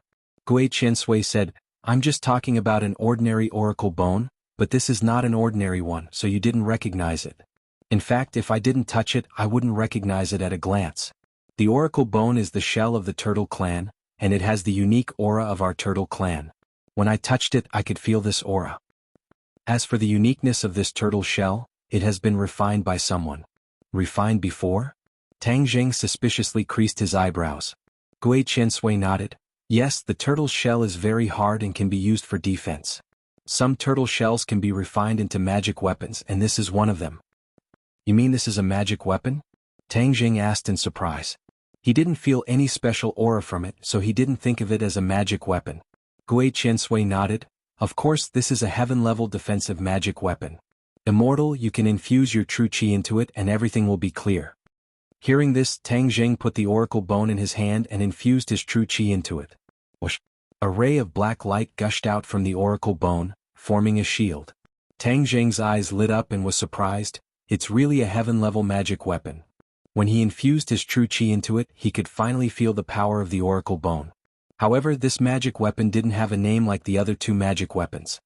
Immortal, you don't have a defensive magic weapon. This oracle bone is suitable for you. You can name it first. Gui Qiansui said. Isn't the oracle bone to heal your injuries? Healing won't damage the oracle bone. After I use it is still a heaven-level magic weapon. Tang Jing suddenly realized that he had misunderstood and thought that after healing, the oracle bone would lose its use.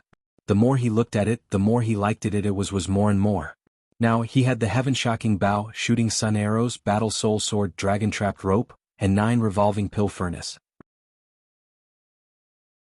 Among them, the dragon-trapped rope could occasionally be turned into a shield and used as a defensive magic weapon, but after all, it was not a true defensive magic weapon, and its defensive power was not strong.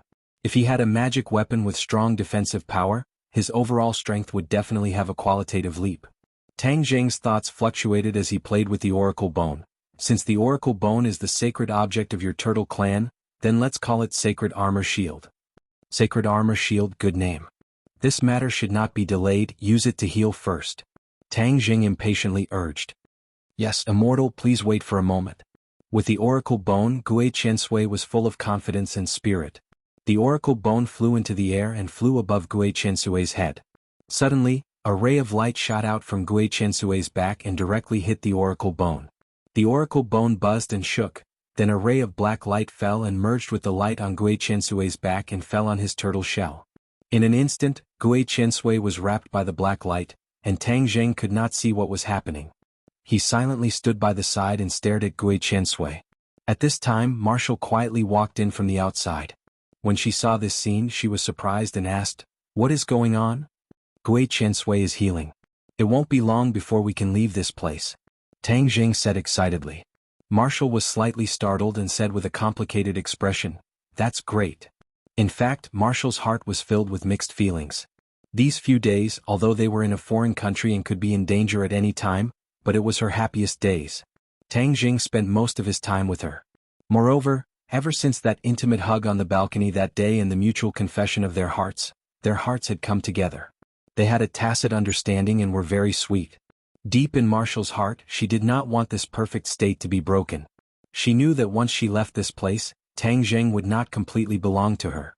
Yi Dingdang, Fang Shishir, Lu Qingmei and even Princess Anne and perhaps more women would flock to Tang Jing, then she would not be able to monopolize him. She did not feel it before, but now she faintly felt sour, but she had been silently burying this feeling in the bottom of her heart. However, she also knew that this was completely her wishful thinking, and was not realistic at all.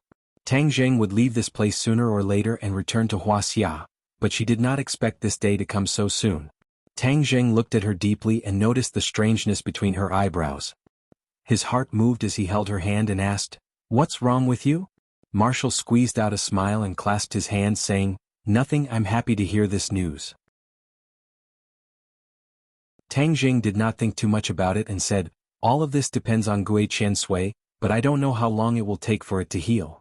Marshall also glanced at Gui Qiansui who was enveloped in light and said absent-mindedly, "It doesn't matter how long we wait. Alright, are you coming back to Huaxia with me this time, or are you staying on the island?" Tang Jing asked. Marshall's expression panicked. She did not know how her master and mistress would arrange for her. She could not help but feel a little scared and said, "I don't know either." "This is your choice." She hesitated for a moment, then said, "I want to go back to Huaxia with you." Tang Jing's mouth hooked up into a smile. He gently wrapped his arms around her waist and said with a mischievous smile, "Is it because you can't bear to part with me?" Marshall was a little embarrassed. These days when Tang Zheng had nothing to do, he would smile mischievously and move his hands and feet. He was like an irritable little monkey, which often made Marshall feel shy. In the past, the relationship between the two of them was too rigid. Now they were like a couple in love. Occasionally their intimate actions made Marshall's heart beat faster. She was even more excited than when they were intimate. Nonsense. Marshall rolled her eyes at him. Tang Zheng's mood was very good. He smiled and said, "There are no outsiders here. What are you afraid of? It doesn't matter if you tell the truth." Marshall subconsciously looked at Gui Qiansui. "It is healing. It can't hear." Tang Zheng said, "Humph, I won't say. Master and mistress have been waiting for your news. Since Gui Qiansui's injury is almost healed, I will immediately tell them the good news." After that, her figure flashed and escaped from Tang Zheng's devil claw. Tang Zheng shook his head and gave a knowing smile. A day and a night passed. The light that wrapped around Gui Qiansui dissipated. Gui Qiansui finished healing. There were no scars on his back. He was full of energy again. He excitedly said, "Immortal, the oracle bone contains my turtle clan's spiritual energy. It is this spiritual energy that helped me to heal quickly." Tang Zheng faintly smiled and glanced at the oracle bone. There were no changes, so he casually put it away and said, "Since it is like this, a long night is full of dreams. We will immediately depart." "Yes." Gui Qiansui excitedly shook his head. This group of people went out of the house and went straight to the sea. Everyone was very excited. They were finally going to leave this damned place. They almost lost their lives. Moreover, some of their companions were sacrificed. However, in the end they turned this country upside down. It could be considered as a temporary release of their anger. This area was very desolate. When they arrived at the seaside, they did not meet anyone. The sea was just under their feet. Tang Zheng nodded to Gui Qiansui. Gui Qiansui immediately climbed into the water. When it was immersed in the water, its speed was significantly faster. It was completely submerged by the sea. Gui Qiansui stopped, turned around and opened his mouth. A bubble came out of his mouth. This bubble was getting bigger and bigger. Finally, it became the size of a room, enough to accommodate dozens of people. If we enter the bubble, we can dive to the bottom of the sea. In this way the enemy will not find us easily. Tang Zheng did not think that the enemy would only intercept them at the port and the airport. He was afraid that the Maritime Self-Defense Force would also be arranged to patrol the sea. They would not let them go easily. When they were at the bottom of the lake, they experienced the mystery of the bubble. So they entered the bubble. The bubble quickly sank to the bottom of the sea. There was no trace of them on the surface of the sea. Gui Qiansui took the lead and led the way. The bubble automatically followed his footsteps. Everyone opened their eyes wide and looked at the world under the sea in amazement. This kind of treatment was not common. They should seize the time to enjoy the beautiful scenery of the sea. The bottom of the sea was really beautiful. Countless kinds of fish swam from both sides of the bubble. Some of them curiously looked around, looking at the strange big bubble and the people inside. Wu opened his eyes wide and looked around. His face showed a surprised expression. Wu Junshan and Lan Yu looked at each other. Both of them showed a gratified expression. All of this was due to their son's credit. The so-called, the student surpasses the master. Qiansui Gui and Bubble were not slow. They had already drifted far away from the coast and arrived at the deep sea. The surrounding scenery was more colorful, and there were many huge fishes swimming by on both sides. It was a sight to behold.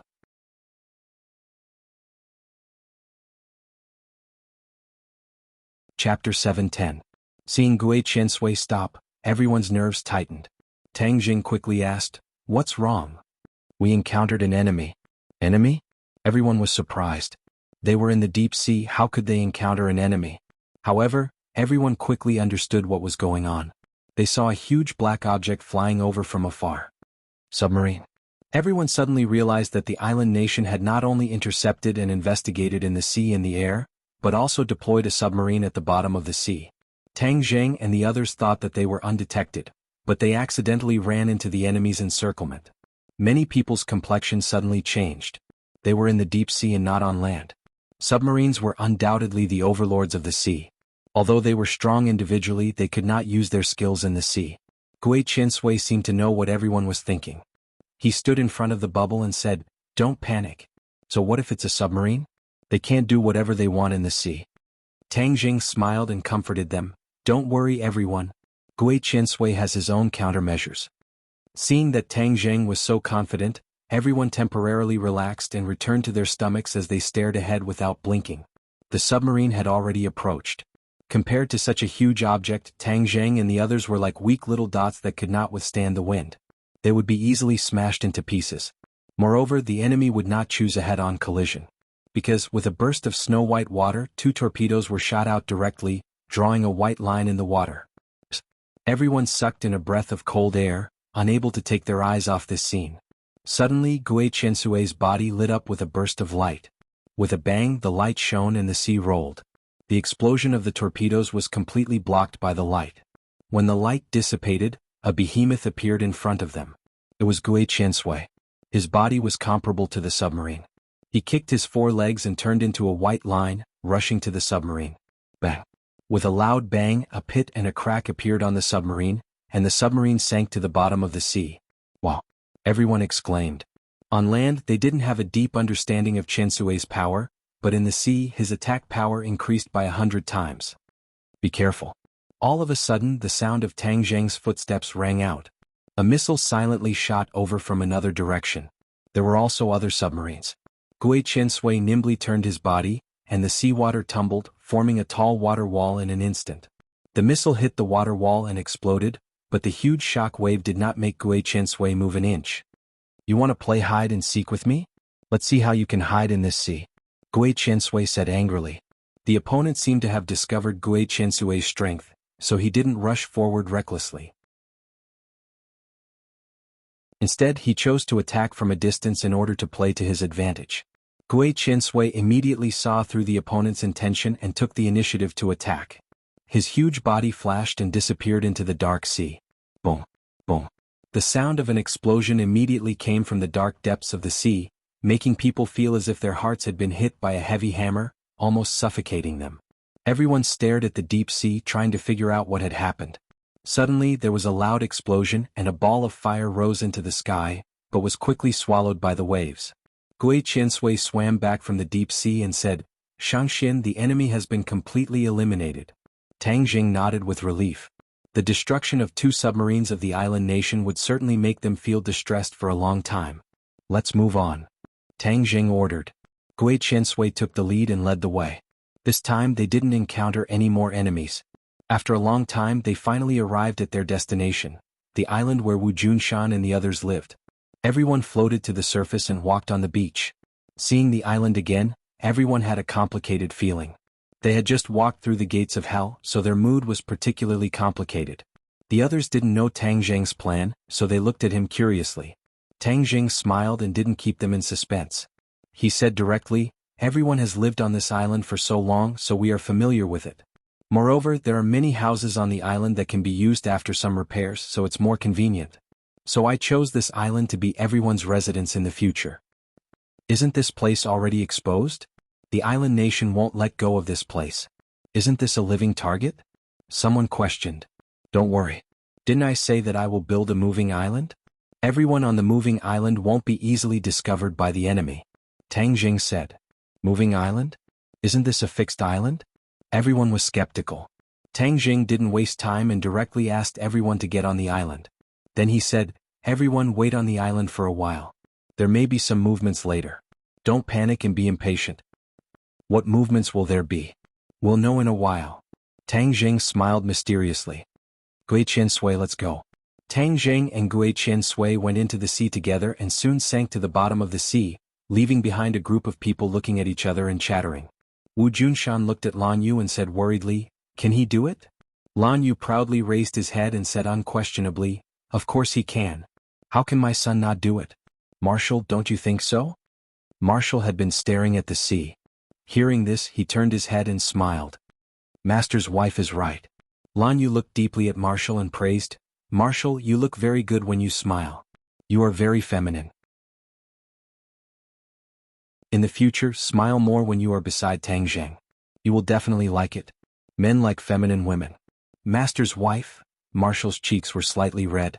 Although she had been with Lan Yu all the time, Lan Yu had never said such words to her. She couldn't help but feel shy. Silly girl, I'm doing this for your own good. He has so many women by his side. If you don't stand out, how can you compete with those women? Lan Yu said earnestly. Marshall's cheeks turned even redder. He wished he could find a hole to hide in. Cough. Hearing this, Wu Junshan suddenly coughed, reminding them that there were others. Lan Yu turned around and looked at the crowd. Go to the side.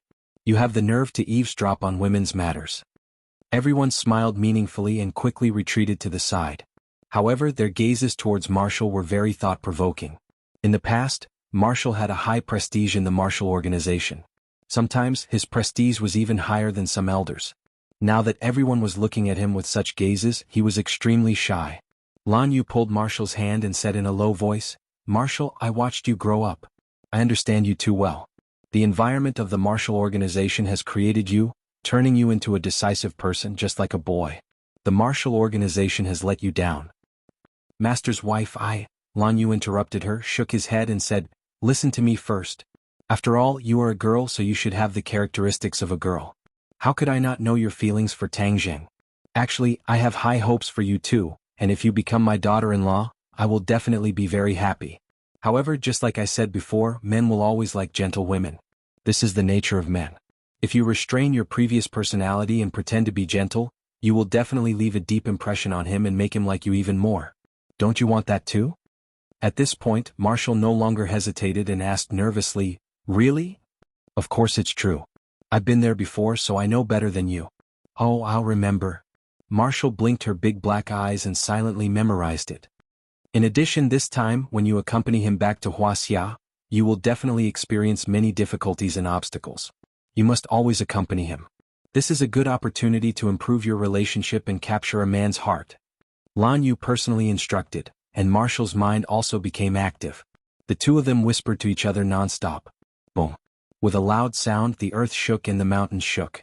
Everyone was shocked and exclaimed, what's going on? Is there an earthquake? Lan Yu and Marshall also stopped. Lan Yu remembered Tang Jing's warning and quickly comforted them. Don't worry, Tang Jing said that nothing will happen. Everyone don't panic. The island kept shaking as if there was a real earthquake. Everyone's face tightened and looked at each other, not knowing what happened. At this moment, Tang Jing was staring at Gui Qiansui from the bottom of the sea. Gui Qiansui became a huge monster again. This time it was bigger than before, like an island. It broke the stone connecting the island and the bottom of the sea. With a rumbling sound, the island immediately sank to the bottom of the sea. Gui Qiansui's figure flashed and swam to the bottom of the island. The island fell on its back, splashing countless waves, and the falling momentum of the island immediately stopped. So that's how it is. Although Tang Jing already knew about Gui Qiansui's plan, seeing it with his own eyes, he still couldn't help but feel shocked. Gui Qiansui was really too powerful. He could actually carry an island like this. Tang Jing couldn't estimate how heavy it was. Immortal, I'm done. Gui Qiansui fixed the island and said. Tang Jing nodded and said, Gui Qiansui, it's been hard on you. Now I'll leave all of them to you. Take care of them for me. Immortal, rest assured, with me here, I will do my best to protect their safety. It's just that I can't serve you in the future. No, your island is my last support. If I can't survive in the future, then I can only return to this island. Tang Jing already had a plan. His strength was getting stronger and stronger, and the things he did were getting more and more out of hand. He couldn't guarantee that he wouldn't be chased down by others.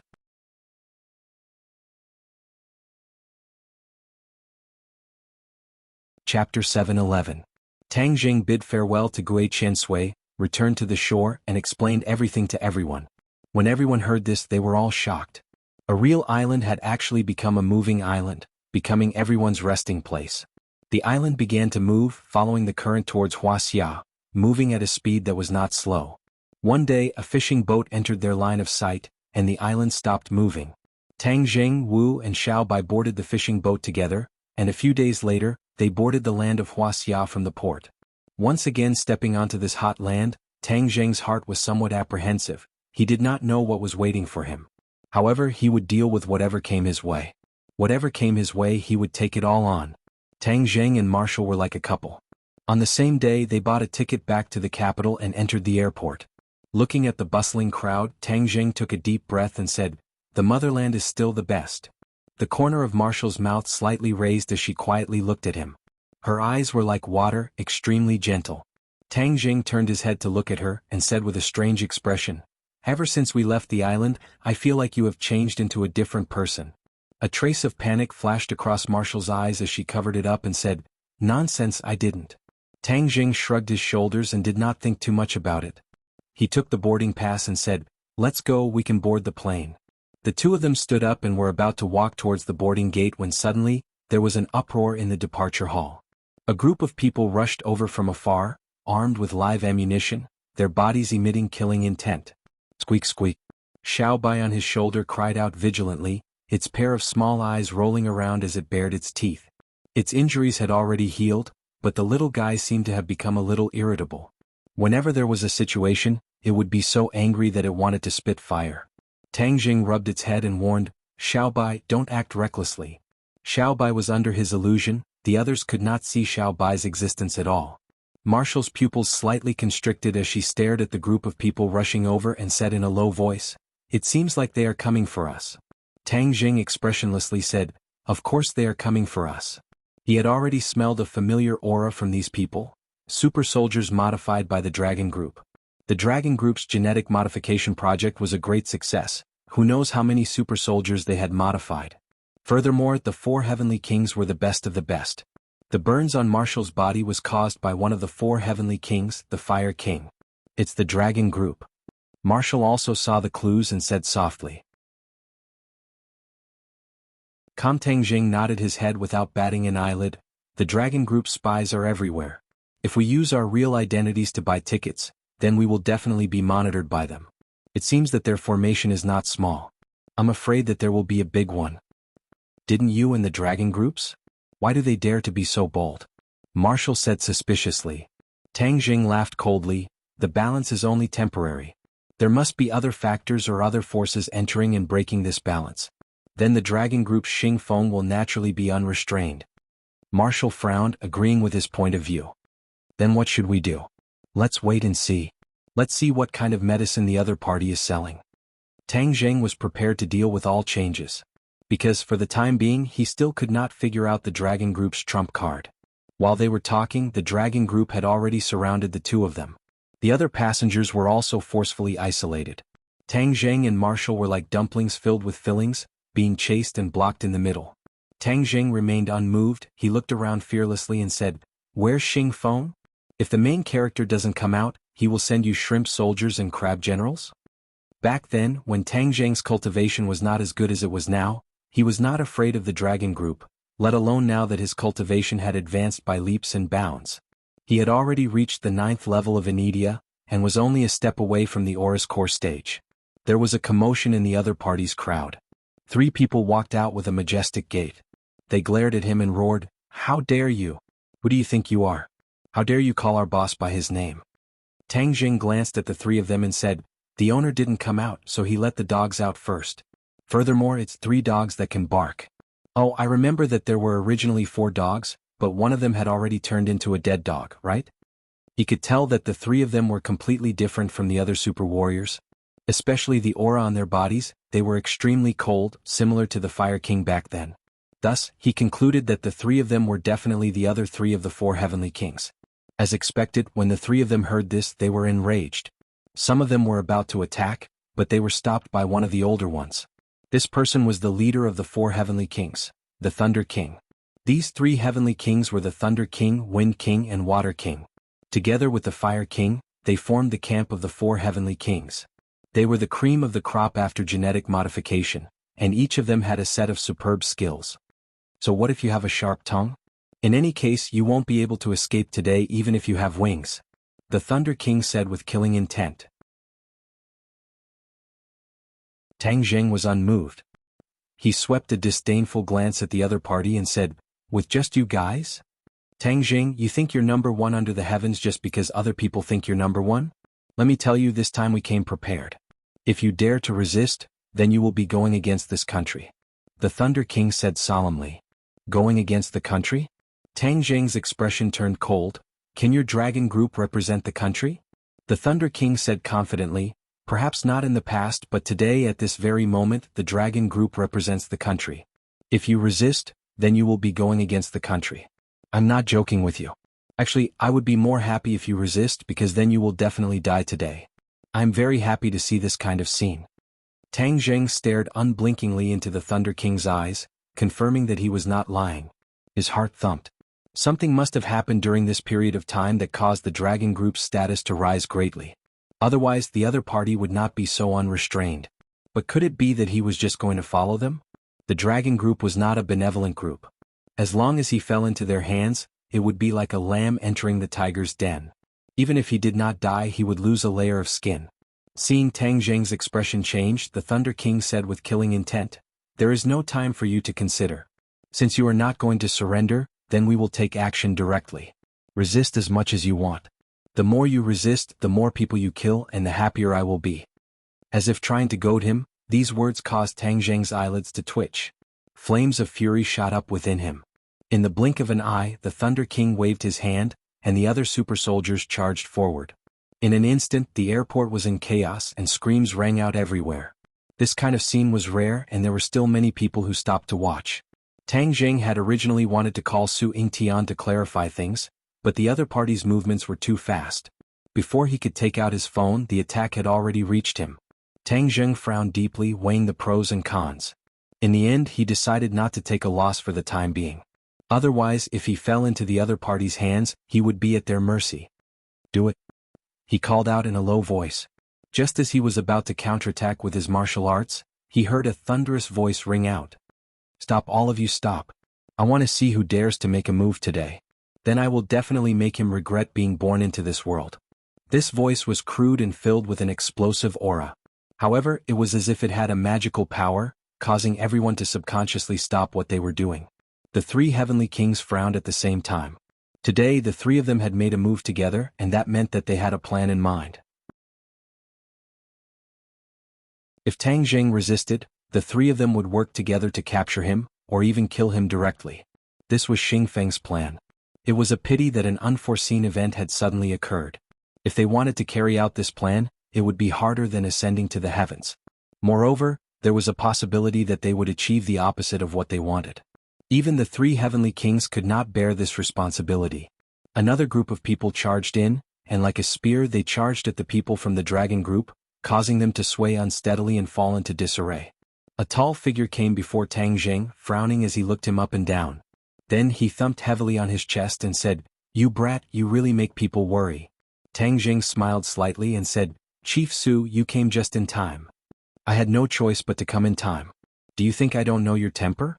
If I had come just a little later, you would have directly torn down this airport. That would have been a huge mess." As he said that, Su Yingtian glanced at the people from the Dragon Group and said, "Wouldn't that be fulfilling their wishes? I won't just stand by and watch this kind of thing happen." The Thunder King's expression changed slightly and he walked out, furiously saying, "Chief Su, Tang Zheng is someone that our boss specifically wants. Are you trying to stop us and go against the Dragon Group with such a big lineup?" Su Yingtian glanced at the other party in disdain and said, "Who do you think you are to dare speak to me like that?" The Thunder King's face alternated between red and white as he roared furiously, "Su Yingtian, don't go too far." Su Yingtian ignored the Thunder King and said, "Go back and tell your boss that if he wants to touch Tang Zheng, he will have to go through me first. Hold it right there." Seeing that the other party was about to leave, the Thunder King quickly blocked his path. The others also moved, and the Dragon Group and the National Security Bureau were in a standoff. The flames of war seemed to be on the verge of erupting. Su Yingtian's expression did not change as he stared coldly at the Thunder King and said, "You want to stop me? Don't blame me for being merciless. Su Yingtian, you should know that Tang Zheng is someone that the higher-ups specifically want. If you dare to take him away, that would be disobeying orders," the Thunder King said in exasperation. Su Yingtian pursed his lips and said, "The higher-ups? You want to use this to suppress me? Let me tell you, when I use this move, you won't even know where you are. Before you want to stop me, you'd better call your boss and ask for instructions. Otherwise, you'll suffer a loss and have no one to reason with." Su Yingtian's aura was strong, and his entire body was exuding a tyrannical aura. The Thunder King did not dare to underestimate him at all. Seeing him make such a solemn vow, the Thunder King felt a little guilty, and he took out his phone to make a call. "Yes, I got it." After speaking for a while, the Thunder King's expression turned ugly. As he spoke, he raised his head to look at Tang Jing and Su Yingtian, seemingly unwilling to accept this.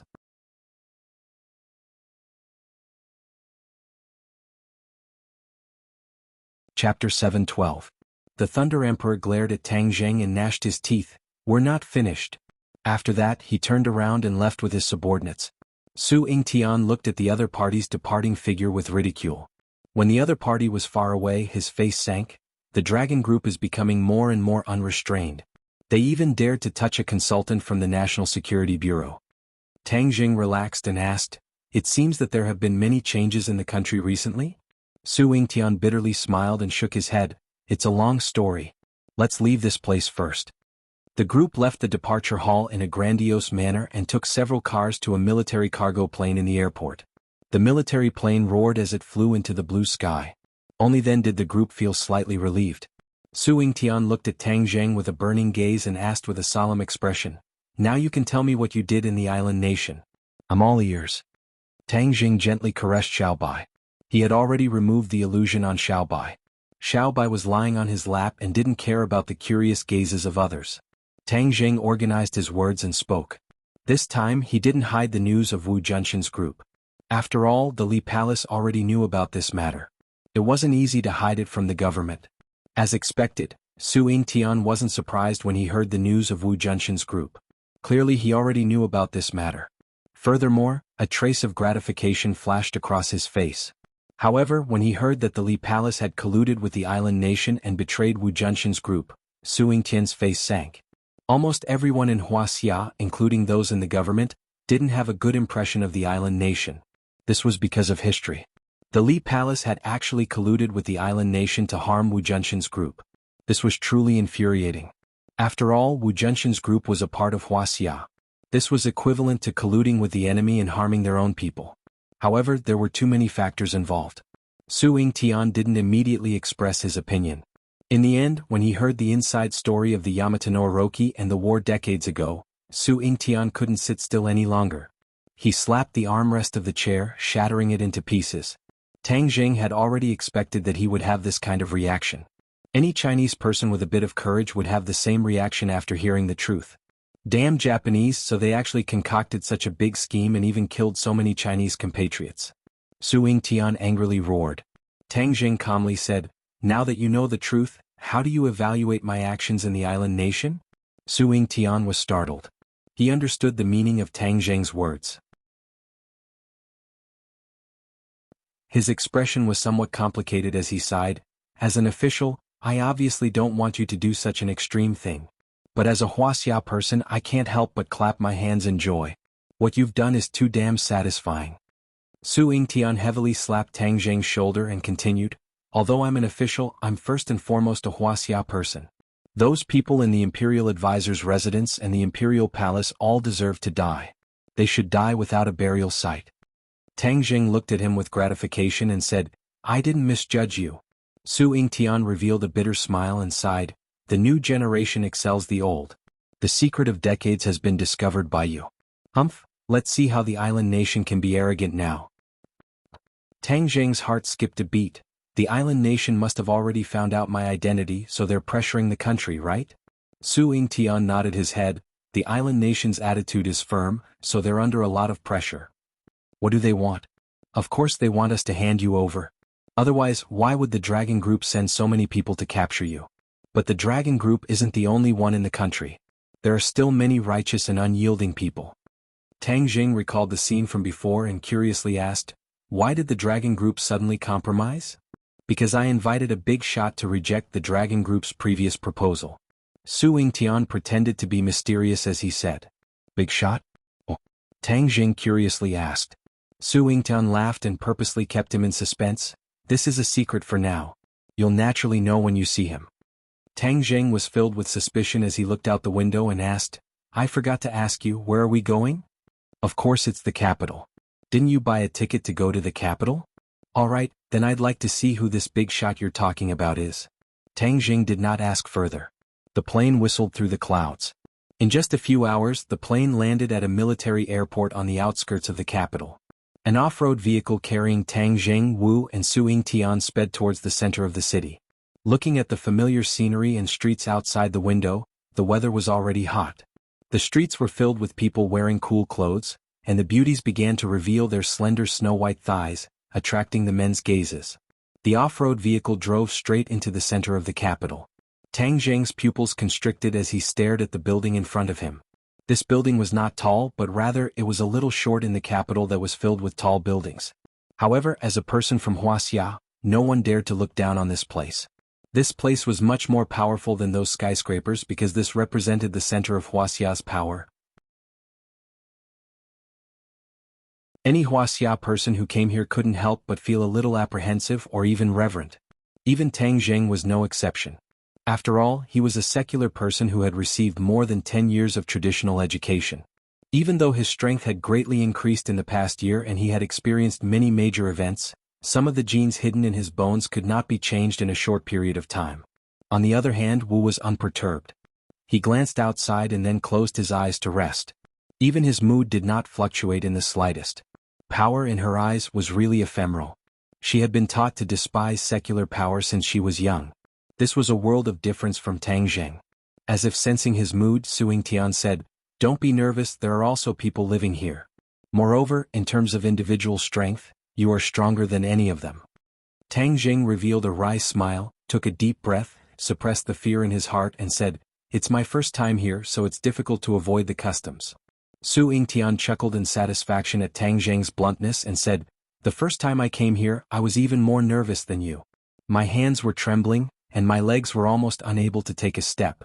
In the end, when I went back, I found that my vest was full of sweat, and my clothes were as if they had been fished out of the water." "Is it that exaggerated?"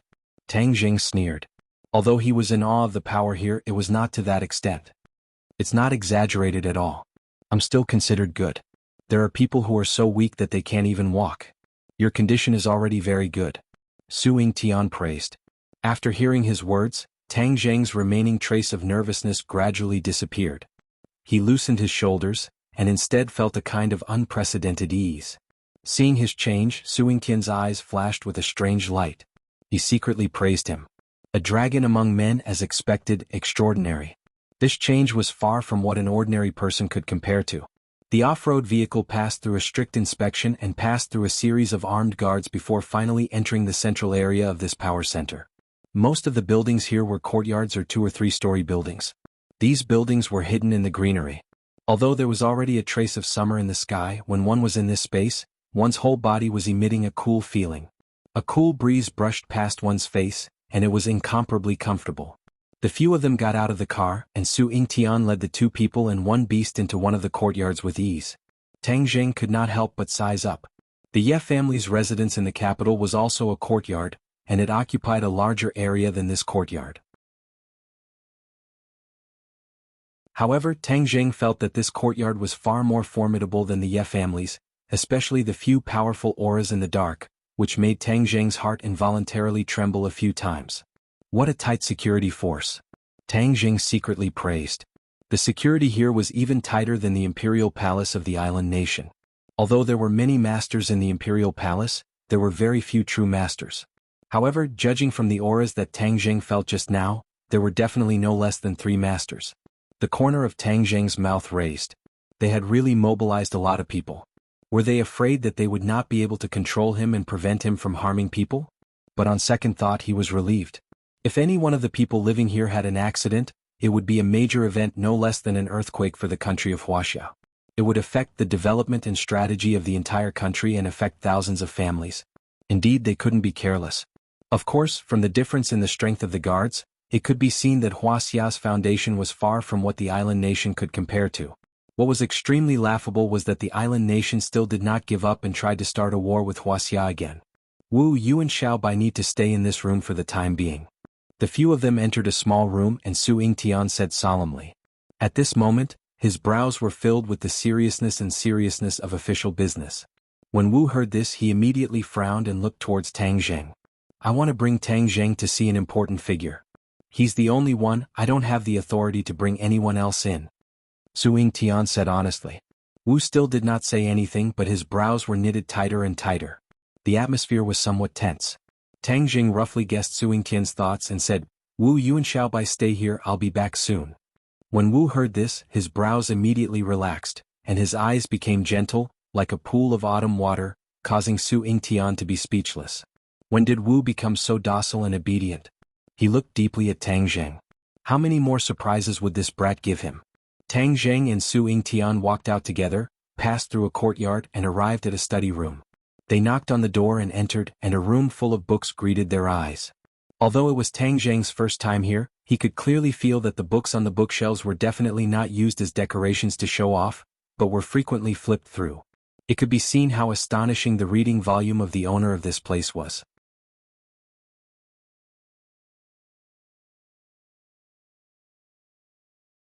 Chapter 7:13. This back view often appeared on television news and in various news reports. Most of the citizens had a deep impression of it.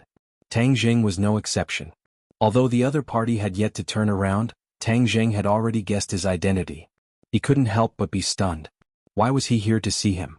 Who was this person? It was the person who had a meeting with Su Yingtian, Xing Feng, and the others some time ago. He was one of the people at the top of the power pyramid in Huaxia, the bureau chief of the central government, an absolute big shot. Compared to him, all the officials rumored to be in charge of the borders were insignificant. Hearing the footsteps, the bureau chief turned around. His bright and imposing gaze swept past Tang Zheng. He nodded without batting an eyelid and said, "Heroes come from the young. It's true that heroes come from the young. You've done such a big thing at such a young age." Although his words were good, there was a hint of reproach in them. Su Yingtian was an old hand in the bureaucracy. How could he not tell? His heart couldn't help but skip a beat as he thought to himself, "This is bad." Tang Zheng didn't think about the deeper meaning of the other party's words. His expression didn't change. Although the other party's identity was out of Tang Zheng's expectations, the respect he had when he first came in had unknowingly disappeared. He said in a neither servile nor overbearing manner, "Thank you for the compliment. This is what I should do." Clearly, he didn't think that what he had done in the island nation was wrong. He took the other party's words as genuine praise. Hearing that, the bureau chief's thick brows immediately furrowed. His gaze turned sharp as he stared straight at Tang Zheng. Tang Zheng was also someone who had been through a lot. The bureau chief's halo was useful to ordinary people, but not to Tang Zheng. Therefore, Tang Zheng calmly looked straight into the bureau chief's eyes. Their gazes met and the study was terrifyingly silent. The air seemed to have frozen. Su Yingtian's breathing was almost out of control. He rolled his eyes and lamented to himself, "Why did I forget to give Tang Zheng a heads up just now? This is too rash and will only backfire." But at this moment he had no way of reminding Tang Zheng. The corner of Su Yingtian's mouth twitched a few times. He tasted bitterness in his mouth, but there was nothing he could do. What should I do? You actually feel that it's quite glorious?" The bureau chief didn't seem to approve of Tang Zheng's attitude. Tang Zheng said calmly, "Of course, killing the enemy is part of our duty. Moreover, the other party has committed many crimes in Huaxia. This is just the interest collected from them." "That's an old story. Is that so? You think you can forget the past just because you're an adult? History is meant to be remembered, not forgotten." Tang Zheng wasn't afraid in the slightest and said firmly. Su Yingtian's jaw almost dropped to the ground. He really wanted to rush up and cover Wang Zheng's mouth, praying that he would stop talking nonsense. History is meant to be remembered, not forgotten. The bureau chief's expression changed slightly as he repeated this sentence. He looked at Tang Zheng with a hint of approval in his eyes. Today's society was too impetuous. Everyone was looking forward and risking their lives for money and status. There were very few people who had this kind of awareness of the big picture or this kind of spirit. Without a doubt, Tang Zheng's words touched the bureau chief. But the bureau chief didn't give up. He still said in a deep voice, "But everything has to be done in a certain way. If you mess around like this, you will only end up in a passive position and disrupt the established steps." Tang Zheng didn't give in at all. He said stubbornly, "But sometimes the arrow has to be shot. Island Nation has two malignant tumors, Yamato no Orochi and the Imperial Tutor's residence. If we don't get rid of them, there will be endless troubles in the future." Imperial Tutor's residence, Yamato no Orochi? The bureau chief frowned. He was no stranger to the Imperial Tutor's residence. After all, the National Security Bureau had a lot of information on the Imperial Tutor's residence. But it was the first time he heard of Yamato no Orochi. Tang Zheng didn't answer. Instead he looked at Su Yingtian. Su Yingtian understood tacitly. He knew that Tang Jing wanted him to introduce the situation and give him the opportunity to show his face. He couldn't help but feel grateful.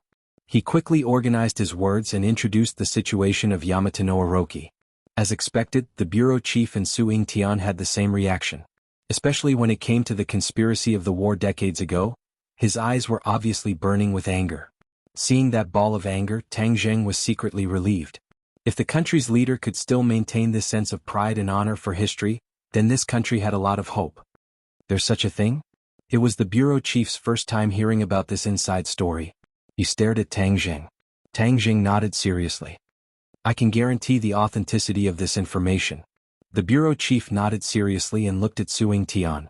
Su Yingtian had an idea and said, then we can use this to change the situation this time. Obviously he wanted to use this to make a fuss. After all, the island nation was already putting pressure on Huaxia to make Huaxia hand over Tang Jing. The bureau chief also saw through Su Yingtian's thoughts. He didn't comment. Tang Jing did not care about what the two of them were thinking and said to himself, I haven't finished speaking yet. This is only a part of the news. There is another piece of news that is even more important. I think you guys are more interested in hearing it. What? My guess is that the 8-headed serpent has already been subdued by the 100 Transformation Star Lord. These two fellows are together, colluding with each other. The consequences will be extremely terrifying, and it is definitely not something you want to see. Tang Jing said in a heavy tone. Actually, he didn't want to see this result either. Although this news hadn't been confirmed, he completely believed it. 100 Faces Star Lord. The bureau chief's eyelids twitched and his expression changed slightly. His big reaction was enough to show the magic power of the name 100 Faces Star Lord. Back then, what happened in the 100,000 Mountains was not a secret. The government had already inquired about most of it through various channels. Later on, they even sent elite troops to barge into the 100,000 Mountains, but without exception they were all annihilated. Among them, the scattered news that was sent back was that 100 Faces Star Lord was very terrifying. The 100,000 Mountains had become the territory of monsters, and those who barged in would definitely die. After countless failures and sacrifices, the government finally gave up on the idea of sending people into the 100,000 Mountains. But the name 100 Faces Star Lord was like a nightmare. It spread among the upper echelons of power, and the few big bosses heard it like thunder. Su Yingtian also looked at Tang Jing in shock. After hearing this news, his heart couldn't help but beat faster. 100 Faces Star Lord had already made them helpless.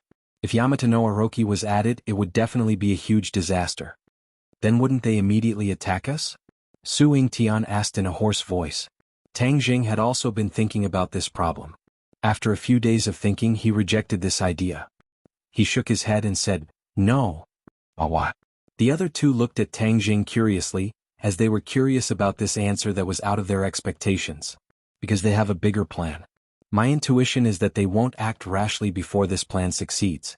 This was the conclusion that Tang Jing came to from 100 Faces Star Lord's reaction of biding his time for such a long time. He believed in his own results. Bigger plan? What's that? Tang Jing didn't intend to reveal this news at first. But after seeing the bureau chief he changed his mind. Perhaps letting the government know this news would be more effective in stopping 100 Faces Star Lord's plan. Use the Mountain River blood sacrifice array formed by tens of thousands of people to bring the Devil Clan back to this world, Tang Jing said in a deep voice. Swoosh swoosh. As soon as this was said, the two of them changed their expressions. They were no stranger to the term Devil Clan. They knew what the Devil Clan represented. They represented slaughter and blood. If the Devil Clan descended, then this world would really be finished. The bureau chief couldn't help but grab Tang Jing's hand and ask, will the Devil Clan really descend to this world? Tang Jing said honestly, it's possible as long as 100 Faces Star Lord's plan succeeds. That Mountain River blood sacrifice array? Yes, this formation is extremely bloody and vicious. It requires the lives and blood of tens of thousands of people as a catalyst to activate the formation and bring the Demon Clan back from the skies beyond. Tang Jing's voice couldn't help but become heavy. He couldn't imagine what would happen to this world after the Devil Clan descended. How do we stop him? The bureau chief asked directly. Use all the information we have to search for the missing people in various places and stop 100 Faces Star Lord from finding so many victims. Su Yingtian asked worriedly, will it work? Tang Jing wasn't very confident. He said helplessly, "Do your best and leave the rest to fate." "No. How can this world be destroyed by 100 Faces, Star-Lord? We can't be so lucky." "What do you mean do your best and leave the rest to fate? That's too negative. We have to deal with it actively. Su Tian, I give you full authority to mobilize any resources to investigate the entire country. We can't neglect any missing people. We have to investigate to the end." The bureau chief gave a strict order. "Yes." Su Tian straightened his body and said passionately. He couldn't hide the excitement between his brows. During the last meeting he was almost in despair. Tang Zheng's actions caused the country to be in a passive position. Furthermore, with Xing Feng fanning the flames, his situation became even worse. Many people even directly sentenced his career and life to death. But he didn't give up. He finally convinced the bureau chief to meet Tang Zheng. He even brought Tang Zheng over personally. Fortunately, he arrived in time and stopped the conflict between Tang Zheng and the Dragon Group. Otherwise, when the bureau chief heard about the conflict between Tang Zheng and the Dragon Group, he would have given up on meeting Tang Zheng. There wouldn't have been so many things that followed. Su Tian heaved a sigh of relief. But he didn't show it. His face was still serious. Tang Zheng didn't know that his unintentional actions had a positive impact on the country. And it was a positive impact that affected thousands of families. Originally, the problem of human trafficking in the country was not stopped. But because the country increased its efforts to investigate missing people, many missing people were found in time and reunited with their families. There were many women and children among them.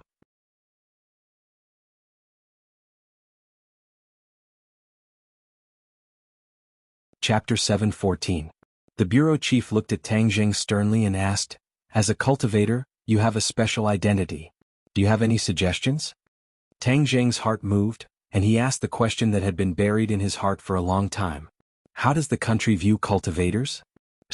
Su Tian sucked in a breath of cold air. This question was too direct. The bureau chief was calm and said, "Cultivators and martial artists are the same. They are also part of society. A few hundred years ago, cultivators were expelled. That was because people were limited by their knowledge and experience. Now that technology is advanced, many things are different. Cultivators can also exist in this world like martial artists." Tang Zheng was happy. It seemed that the government's attitude towards cultivators was much more open-minded. They didn't just suppress them. However, cultivators are too special. Or rather, they are too powerful. If too many of them exist in this world, there will be many problems. The bureau chief added. Tang Zheng's head thumped. It was as if a bucket of cold water was poured on his head. His excitement was extinguished. He smiled bitterly. He was too naive. He really thought that the government would accept all cultivators. At least with the current situation it was impossible. Greater than or equal to cultivators were too powerful. Especially Tang Zheng's action this time, the government had directly witnessed the power of cultivators. Cultivators were like nuclear bombs. They were very powerful. If they were within a controlled range, they would be beneficial to the country. If they were completely out of control, they would definitely be a very unstable factor. That was to say, if a small number of cultivators existed, the country wouldn't interfere too much. If they allowed a large number of cultivators to return, the government wouldn't sit by and do nothing. Of course, there was another layer of meaning in the bureau chief's words. Tang Zheng also figured it out. The bureau chief emphasized on technology. That was to say, it wasn't a few hundred years ago. The government had no way to deal with cultivators. The power of technology couldn't be underestimated. Not to mention nuclear bombs, the mecha developed by the Dragon Group couldn't be underestimated. There were also super soldiers. No one could be sure that super soldiers wouldn't be weaker than cultivators in the future. Also, super soldiers could be mass-produced. That would be a very terrifying force. The bureau chief's words were a combination of kindness and authority, which gave Tang Zheng a lot of insights. However, he was not as enthusiastic as Tian Chanzi about the return of the large group of cultivators. He had already determined that if the large group of cultivators returned, it would not be of much benefit to the ordinary people. What he considered was not the stability of the regime, but the benefits to the general public. Both sides had different starting points, but they could be considered to have reached the same conclusion. Thus, Tang Zheng solemnly nodded and said, "Cultivators will not harm the country, but I hope that the country will not judge people with colored glasses, or sooner or later there will be problems." As soon as he said this, Su Tian's back was drenched in sweat. These words were too bold. It was equivalent to threatening the other party, telling the government not to go too far. Otherwise the cultivators would also resist. No one had ever dared to say such things in front of the chief. Su Yingtian was secretly anxious for Tang Zheng. Newborn calves were not afraid of tigers. The bureau chief looked at Tang Zheng with burning eyes. Their eyes met, and after a long time, the bureau chief took the initiative to reach out his hand and simply said, "Okay." The two hands tightly held together, and it could be considered that they had reached a preliminary consensus. Su Yingtian brought Tang Zheng out of the study and said in a low voice, "You are so bold. You scared me to death just now. I almost had a heart attack." Tang Zheng smiled indifferently. "Is it so exaggerated?" "Of course. You don't know, but if there is really a disagreement, there are countless experts in the dark who are not to be trifled with." Su Yingtian said with a bitter smile. "I am not to be trifled with either." Tang Zheng said quietly. If the other party really wanted to kill him, he would not sit still and wait for death. In the end, it was still unknown who would emerge victorious. If Su Yingtian knew his true thoughts, he would probably be so scared that he would hide far away. Seeing Tang Zheng's disapproving expression, Su Yingtian only hoped to bring them away from this place as soon as possible. Suddenly, a person walked in front of them. The two of them were startled, and their expressions became somewhat unsightly. Enemies are bound to meet on a narrow road. They actually met Xingfeng here. Xingfeng strode towards the two of them and stopped in front of them. He coldly looked at Tang Zheng and said, "This time, consider yourself lucky. You managed to get away with it." Tang Zheng looked at the other party in ridicule and said, "Xingfeng, to be honest, when I first saw you, I really did not expect that you would have today. Otherwise, when we were in Dianan, you would have died long ago." Xingfeng's pupils shrank and said, "I still have to thank you. If not for you, I would not have today's achievements." This was the truth. Back then, Xingfeng was just a general in the army in Dianan. He still had to look up to Long Xinyuan. But now, he was the leader of the dragon group, and the power of the Long family was no longer a threat to him. "Then we will meet again. Let's see who will have the last laugh." Tang Zheng did not waste time with the other party and directly said it out loud. "Then let's wait and see." Xingfeng coldly snorted, walked past the two of them and strode away. Turning his head to look at his back, Tang Zheng frowned and said, "The chief summoned him?" Su Yingtian sighed and said, "The situation of the Dragon Group and the National Security Bureau as equals has already formed. Especially this time, the Dragon Group was one step ahead of the National Security Bureau in reporting the island nation's information, causing the National Security Bureau to be very passive. The Dragon Group is in the limelight. I've implicated you." Tang Zheng patted Su Yingtian's shoulder. "What's there to be polite about? My point of view is the same as yours. The Dragon Group won't be able to jump around for long, especially since Xingfeng is too high profile. Furthermore, he has the final say in the Dragon Group." The two of them returned to the hut, picked up Wu and Xiao Bai, and left this heavily guarded place together. When they were about to part ways, Su Yingtian pulled Tang Zheng and asked in a low voice, "I still have a question in my heart.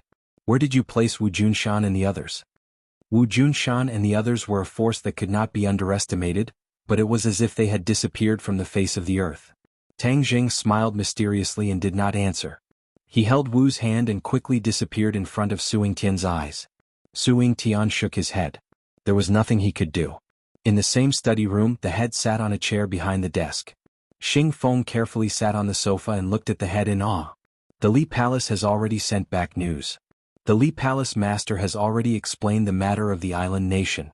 This is only a personal grudge between the Li Palace and Wu Junshan and the others. It does not involve the country, so they used the power of the island nation.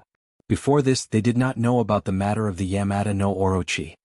It turned out that before Tang Zheng could say the truth, the Li Palace had already contacted the Dragon Group and explained the matter of the island nation. They wanted to remove the Li Palace from this matter and reduce the country's hostility towards the Li Palace. Hearing this, the head's face turned cold. Personal grudge, humph. Xingfeng's heart thumped. The head was really angry. The actions of the Li Palace were contrary to the country's wishes. It was truly infuriating. "Head, I believe that the Li Palace master is not someone who does not know how to adapt to the situation. He would not do such a disgraceful thing as colluding with the enemy." Although he knew that the other party was angry, Xingfeng still had to bite the bullet and explain for the Li Palace. The head coldly looked at Xingfeng. Xingfeng hurriedly lowered his head and said, "The Dragon Group has conducted a detailed investigation of the Li Palace.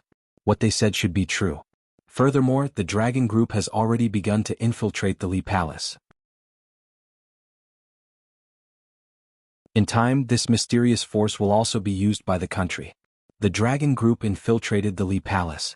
Xing Feng really dared to do something that had never happened before. The bureau chief glanced at Xing Feng with gratification.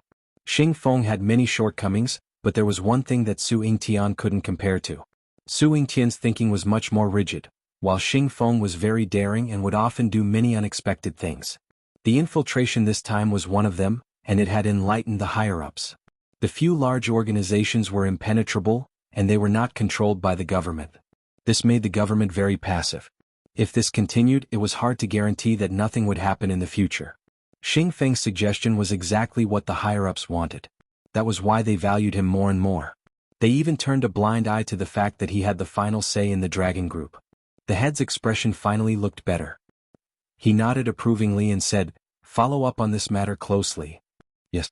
Xing Feng hesitated for a while, then said hesitantly, "Tang Zheng's matter? Put aside your feud with Tang Zheng for now. Tang Zheng is a force that can be won over."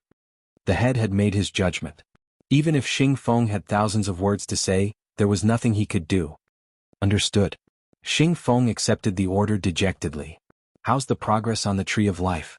the head asked. Xing Feng said dejectedly, "There's no progress. This is all Tang Zheng's fault. I don't know what method he used, but we can't even get close to the Tree of Life. He has ulterior motives." Xing Feng seemed to have found another entry point to attack Tang Zheng. But before he could finish, he was interrupted by the head. "This matter needs to be considered at length. The research on the Tree of Life cannot be stopped, but we can't become enemies with Tang Zheng because of this." Xing Feng's words were blocked again. It was as if someone was strangling his throat. There was nothing he could do. Tang Zheng didn't know how many times he had been on the verge of danger. He was almost killed by Xing Feng's scheming. He returned home with Marshall. But when he opened the door, he wondered if he had walked into the wrong house. Was this still his home? He didn't dare to admit it. His home in the past wasn't bad, but it was completely different from what he saw now. His home now was like a palace. Although it was a two-bedroom room, the smell was completely different. It was completely renovated and decorated. There were all kinds of decorations. Even Tang Zheng, a layman, could tell that it wasn't ordinary. Of course, he didn't know that these materials, furniture, and decorations were all flown over from Sweden. The renovation cost was more than the price of buying this house. Marshall also looked at everything in front of her in disbelief and said, "Did we go the wrong way?"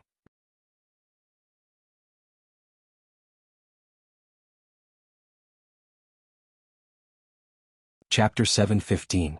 Tang Zheng and Wu strode in. Since they didn't go wrong, they couldn't just enter and not enter. Wu looked around curiously. She had to admit that Princess Anne's taste was indeed extraordinary.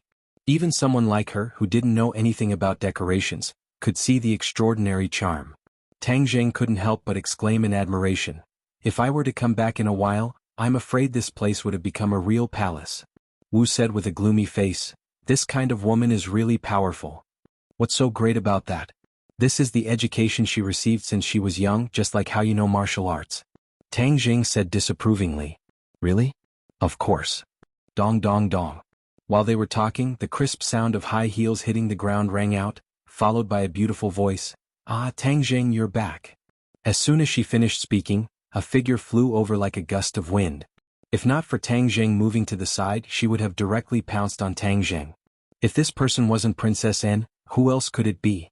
Princess Anne was still perfect and flawless, causing people's hearts to palpitate. She stared at Tang Jing with a pair of big black eyes, looking at him in pleasant surprise. During this period of time, not only did her life as a commoner not consume her noble temperament, it made her seem even more outstanding, like the most noble and holy white swan in the world.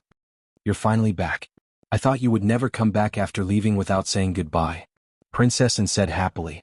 Tang Jing pointed to the house with a straight face and asked, "What did you do to me? Is it beautiful?" Princess Annie showed off excitedly, just like a child showing off the fruits of her labor to an adult. "These are all carefully designed by me. Every piece of decoration was personally selected by me. They were flown in from Sweden. I guarantee that they are absolutely authentic." Tang Jing rolled his eyes and said, "Is there a need for that?" "Of course it is necessary. Home is the most important place for us to live in. If we aren't satisfied with it, then we won't have the energy to work and study all day, so this is necessary."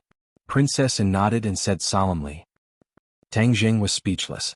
According to his understanding, A home was a place to put one's soul. A simple house was enough. There was no need to be so luxurious. There was indeed a world of difference between a princess and a commoner. You came back at the right time. I've been in Huaxia for so long, but I've never had the chance to take a good look around the capital. Every day I have to juggle between school and home. I'm getting tired of it, Princess Anne grumbled. No time. Tang Jing refused without hesitation. Princess Anne was not angry. She rolled her eyes and slyly said, "If you promise me, then I will tell you something very important." "What is it?" "Promise me and I'll tell you." "If you don't want to say it, then forget it." Tang Jing was not going to fall for it. Okay, I'll tell you." Princess Anne compromised. "Yi Dingdang is sick?" "What?" Tang Jing was shocked. "I knew you would be interested." Princess Anne proudly said, "Ever since you silently disappeared, she has been sick." Tang Jing did not say anything and rushed out the door. "Stop. Where are you going?" Princess Anne shouted. "I'm going to look for Dingdang." To tell the truth, when he heard that Yi Dingdang was seriously ill, Tang Jing's heart felt as if it had been hollowed out. Worry surged in, accompanied by a strong sense of self-blame. "Come back, you don't have to go. She has already recovered." Princess Anne quickly said. "Recovered? Of course you disappeared for so long. If she was sick for so long, then wouldn't it be very serious?" "Then what kind of illness does she have?" Princess Anne shook her head. "I don't know, but I heard from their roommates that it should be related to you." "Related to me?" Tang Jing felt a pain in his heart as he remembered the last time they parted. Yi Dingdong's determination to leave the table in the middle of the night, as well as the intense pain in her eyes, even a blind person could see it clearly. It would be strange if she wasn't angry and sad that he had disappeared for no reason. Therefore her illness was most likely caused by him. Thinking to this point, Tang Jing could not stand still any longer and said to Marshall, "Go to my room to rest, I'll leave for a while." Although Marshall knew what Tang Jing was going to do, she did not stop him. She had thousands of voices in her heart that wanted to stop Tang Jing, but in the end she did not say anything. "Hey, don't go. I've already told you. You have to accompany me to the capital." Princess Anne did not have any worries and straightforwardly called out. Tang Jing did not even turn his head as he turned a deaf ear and disappeared through the door, leaving behind the two women looking at each other in dismay. Princess Anne fiercely stomped her feet and said, "If I had known earlier, I wouldn't have told him this news. I ran away so quickly like a rabbit." With that, he turned his gaze and fixed it on Marshall. The corner of his mouth slightly raised as he asked with interest, "You are Marshall, right?" Marshall proudly raised his head and did not answer. He directly walked towards Tang Jing's room. "Wow, you have a personality." Princess Anne's eyes lit up. She had never been a person who followed the rules and regulations. She was a typical rebel amongst the princesses of the royal family. Seeing martial arts being so cold, she did not feel offended. Instead, she was interested. "It's almost time for dinner. It must be over. I'll treat you to a meal." Princess Anne took the initiative to express her goodwill. If it was anyone else, they would definitely be overjoyed. They would feel that it was their greatest honor. But Marshall did not take this lying down. He turned around and left. With a bang, he closed the door, leaving Princess Anne to stare. She smacked her lips. She did not feel offended. Instead, she praised from the bottom of her heart, "Such a girl with a personality is really too interesting. It seems that we will be living under the same roof in the future." "That's great." "Oh no, doesn't this mean that Tang Jing is going to live with Marshall?" Her face instantly darkened, and the light in her eyes also disappeared in an instant. Tang Jing anxiously rushed to school but was told that Yi Dingdang had gone home. Thus, under the complaints of Yi Dingdang's three roommates, he hurriedly rushed towards the Ye family. The Ye family's courtyard house was serene and quiet. However, it was completely different from the courtyard house that Tang Jing previously went to. He did not rush into the Ye family's entrance because he was stopped at the entrance. He was already considered a frequent guest of the Ye family. How could the guards at the entrance not recognize him? However, he was still stopped. Tang Jing suspiciously raised his eyebrows and asked, "What's going on with you guys?" "Sorry, the Ye family does not welcome you," the guard stiffly said. "Does not welcome me? Did you recognize the wrong person?" Tang Jing asked in confusion. "Of course we recognize you. We would still recognize you even if you turned into ashes." The guard unhappily said, "Aren't you Tang Jing? The one we are stopping is you. The Ye family does not welcome you." Tang Jing was speechless. Just what happened? How could there be such a big change in the blink of an eye? No, he had to see Yi Ding Dang. Otherwise he would not be able to sleep and eat in peace. If you want to stop me, then don't blame me for being impolite. Tang Jing was ready to force his way in. With a push of his hands, the guard was no match for him. With a bang, he slammed into the door and could no longer block his way. Tang Jing rushed into the Ye family. In an instant, many people gathered from all directions and shouted angrily, "Stop! Do you think the Ye family is a place where you can come and go as you please? Stop right there." The crowd attacked and Tang Jing immediately fell into a sea of people. Seeing that he could not move forward, Tang Jing was burning with anxiety and anger. Since that's the case, then don't blame me for being impolite. Bang bang bang, his figure flashed and palm shadows flew. The people in front of him were sent flying one by one. After a while, there was no one who could stand up. Tang Jing was about to move forward when suddenly, an angry roar exploded. "Stop!" Yi Tianlei walked out with an ashen face and scolded, "Tang Jing, this is the Ye family. What are you doing? Are you deliberately offending the Ye family?" Yi Tianlei had never used such a harsh tone to treat Tang Jing. Even when Tang Jing did not like him, he did not do so. Looking at Yi Tianlei, Tang Jing's heart skipped a beat. He braced himself and said, "Uncle Yi, how would I dare to offend the Ye family? It's just that when I wanted to come in, they just had to stop me. The Ye family does not welcome you. Didn't they make it clear to you? Do you really think that you can do whatever you want just because you're strong in modification?" Yi Tianlei asked loudly. "Of course not." Tang Jing flatly denied, "I just can't wait to see Ding Dang." "You still dare to mention Ding Dang? You still have the face to mention Ding Dang?" Yi Tianlei was so angry that he could not restrain his anger as he asked. Tang Jing was stunned. Yi Tianlei's reaction was too big. It was as if he was a different person. But he did not back down. He braced himself and said, "Uncle Yi, don't be angry. I know that I made Ding Dang angry. I'm here to apologize to her." "Apologize? Where did you go before?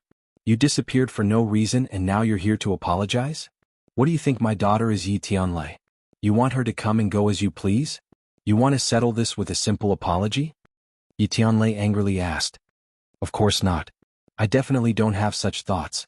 I had some urgent matters to attend to before. Otherwise, I wouldn't have come to see Ding Dang only today," Tang Jing patiently explained. But Yi Tianlei did not have the patience. He didn't even want to say another word to him. He waved his hand in disgust and said, "There's no point in saying more. The Ye family does not welcome you and Ding Dang doesn't want to see you either. Also, I'm telling you from now on, don't disturb my daughter." "Uncle Yi, there's some misunderstanding between Ding Dang and I. It'll be fine after we clear things up," Tang Jing explained. "Misunderstanding? There's no misunderstanding. Tang Jing, I misjudged you. You're really an expert at playing with a girl's feelings. I've seen plenty of people like you. If you don't leave, then I'll beat you up every time I see you," Yi Tianlei threatened as he clenched his fists.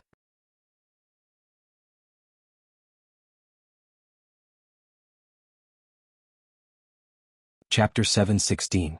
Yi Tianlei angrily glared at Tang Jing and said, "Do you really think I don't dare to hit you?" Tang Jing raised his neck high, his gaze firm, clearly expressing his attitude. "Fine, since that's the case, then I'll fulfill your wish." Seeing this, Yi Tianlei flew into a rage. Kacha, his fist clenched tightly. So, like lightning, his large fist struck Tang Jing's chest.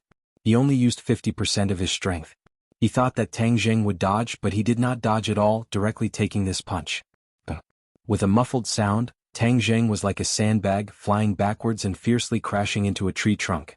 Kacha, the tree trunk snapped in half. Tang Jing spat out a mouthful of blood.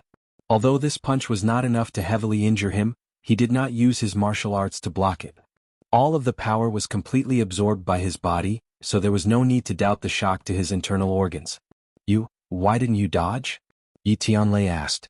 Tang Jing wiped the blood from the corner of his mouth and said, "I already said that I would let you hit me. Why would I dodge?" Yi Tianlei was speechless, his expression changing slightly. Even though he looked angry on the surface, his heart did not feel good at all.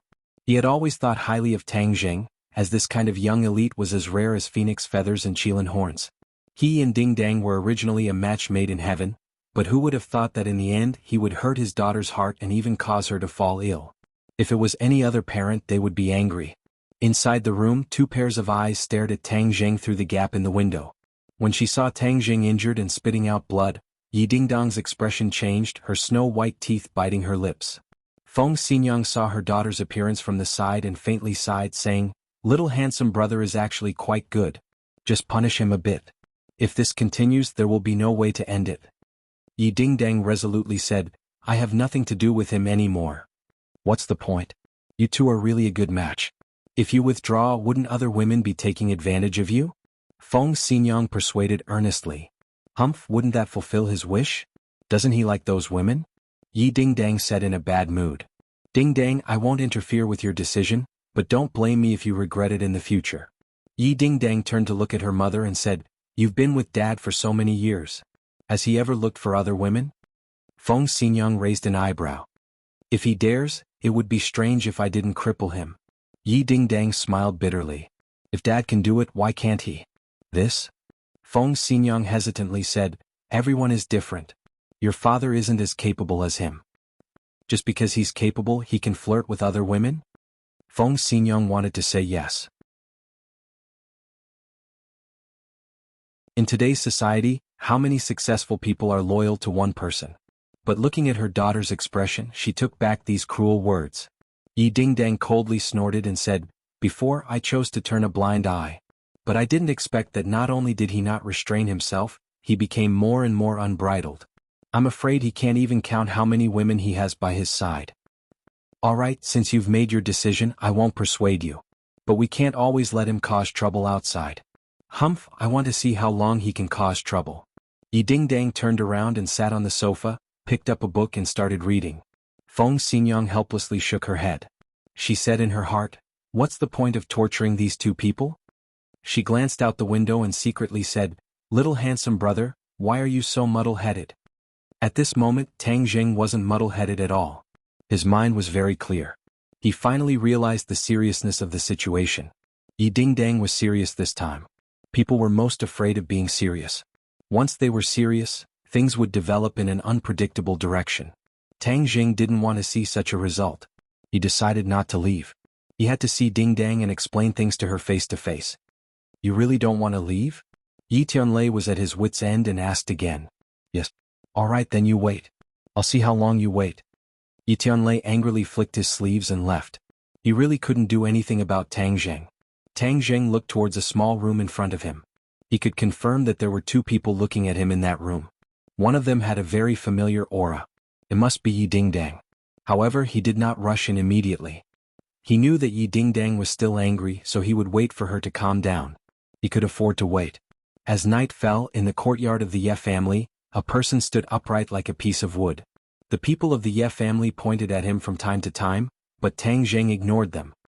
He only stared straight at the room, hoping that the moment the door opened, the figure that haunted his dreams would walk out. "Who is this? Why are you standing here in the dark? Scram to the side." Suddenly, a delicate voice came from behind him. Tang Jing frowned. Without even turning his head. He knew who it was, Yi Meiyu. Yi Meiyu had used a honey trap on Tang Jing back then, but Tang Jing did not react at all, causing her to fly into a rage out of humiliation, and she had always harbored a grudge in her heart. In addition, the good relationship between Tang Jing and Yi Dingdong's family made Yi Tianlei's position in the Ye family more and more stable, which made Yi Meiyu even angrier. Today Yi Meiyu was in a good mood. A while ago Yi Dingdang was seriously ill, so she was secretly happy for a long time. Previously she went to a party and hooked up with a little fresh meat. Only then did she go home in satisfaction. However, she did not expect that not long after she entered the house, she would almost bump into someone. Her good mood was immediately destroyed, and her big mistemper immediately flared up. Seeing that the other party was silent and did not move at all, Yi Meiyu felt that she had been completely ignored. She did not recognize Tang Jing and thought that he was just a servant of the Ye family. She immediately flew into a rage and raised the bag in her hand to smash Tang Jing's head, shouting, "I told you not to open your eyes, I want you to know how powerful I am." Tang Jing could withstand Yi Tianlei's fist, but that did not mean that anyone could hit him. Hearing the sound of the wind behind him, he grabbed onto the other party's bag and forcefully snatched it away. With a "so" sound, the bag turned into a gust of wind and flew over the courtyard wall, disappearing without a trace. After Yi Meiyu's brain went blank for a short period of time, she completely exploded and shouted hysterically, "You dare to resist? Men capture him and beat him up. When did the Ye family let such an ignorant fellow in? However, no one responded to her, and no one came to stand up for her and chase away Tang Zheng. Yi Tianlei had already given the order to treat Tang Zheng as heir and ignore him. Seeing that no one came to help her, Yi Meiyu was so angry that her lungs were about to explode. She rushed to the front of Tang Zheng and forcefully swallowed the vulgarities that she was about to blurt out. She stared dumbfoundedly at the face that she would never forget even if she became a ghost. Tang Zheng, it's him. Why is he here? Is he here to look for Yi Dingdang again? Yi Meiyu's expression changed rapidly as she ridiculed. Oh, I was wondering who it was. So it's the famous Tang Zheng standing in our courtyard in the middle of the night. Are you here to be our Ye family's guard? Tang Zheng glanced at her and said, Scram. Immediately, the mocking smile on Yi Meiyu's face froze, her face turned from red to white and finally to ashen and said, Tang Zheng, this is the Ye family, it's not your place to be arrogant and despotic. Tang Zheng coldly snorted and ignored her, only staring straight at Yi Dingdong's room. Seeing that she was ignored, Yi Meiyu became even angrier. Following his gaze, she immediately locked onto the room and said angrily, I understand now, you're relying on someone to support you, right? I Yi Meiyu have had enough. Today, I want to see how Yi Dingdang colluded with outsiders and came to our Ye family to be so arrogant. After she finished speaking, she rushed to Yi Dingdang's door with large strides and smashed the door, causing it to shake violently. Yi Dingdang, come out. You're getting more and more powerful. You colluded with outsiders and came to the Ye family to behave atrociously. Do you think that the Ye family belongs to you, Yi Dingdang? Yi Meiyu complained indignantly. There was no movement in the room. Yi Dingdang, I know you're inside. You dare to do it but don't dare to admit it? Are you a coward? Yi Meiyu continued to smash on the door. Tang Zheng frowned and berated, Yi Meiyu, this is none of your business, scram to the side. Hearing the word scram again, Yi Meiyu felt as if her entire body was on fire. She turned her head and glared angrily at Tang Zheng. She could not do anything to him, especially now that Tang Zheng's strength had increased greatly. Even Yi Xuanji did not dare to look down on him, let alone Yi Meiyu. However, she could not do anything to Tang Zheng, but she was not afraid of Yi Dingdang. Moreover, she had long been dissatisfied with Yi Dingdang. With the new and old grudges added together, she completely exploded. She crazily slammed on the door, almost smashing it apart, and shouted, Yi Dingdang, get out here. Is it fun to be a coward? Hearing his beloved being insulted like this, how could Tang Zheng just sit back and watch? He quickly rushed to the door, grabbed Yi Meiyu's collar and berated, Stop. However, Yi Meiyu did not stop. Instead, she felt even more angry and humiliated, and grabbed Tang Zheng's face with her hand, shouting hysterically, You guys are working together to bully me, I'll fight it out with you guys. Tang Zheng grabbed her hand. If he was caught, the sharp nails would definitely scratch Tang Zheng's skin, and that would be extremely embarrassing. Seeing that she was making trouble for no reason, Tang Zheng's face darkened, and he snappily scolded her. If you don't listen to my advice, then don't blame me for being impolite. Why don't you be polite? Are you going to hit me or kill me? Alright, Yi Dingdang, you actually colluded with a wild man outside to kill me, you really have guts. Yi Meiyu clamored, purposely framing Yi Dingdang. The commotion caused by the two of them was too big. All the servants of the Ye family were pointing at them from afar, but no one dared to come forward to help. This involved the open and hidden struggle between the two brothers of the Ye family. They did not dare to participate. Stop.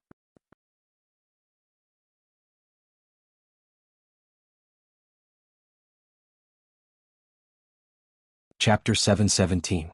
Tang Zheng's hand that was holding onto Yi Meiyu froze. He stared at the person who walked out and cried out involuntarily, Ding Ding. Yi Dingdong's face was as calm as the surface of a lake without a single ripple. She coldly said, Let her go. Tang Zheng released his hand, and when Yi Meiyu regained her freedom, her anger became even stronger.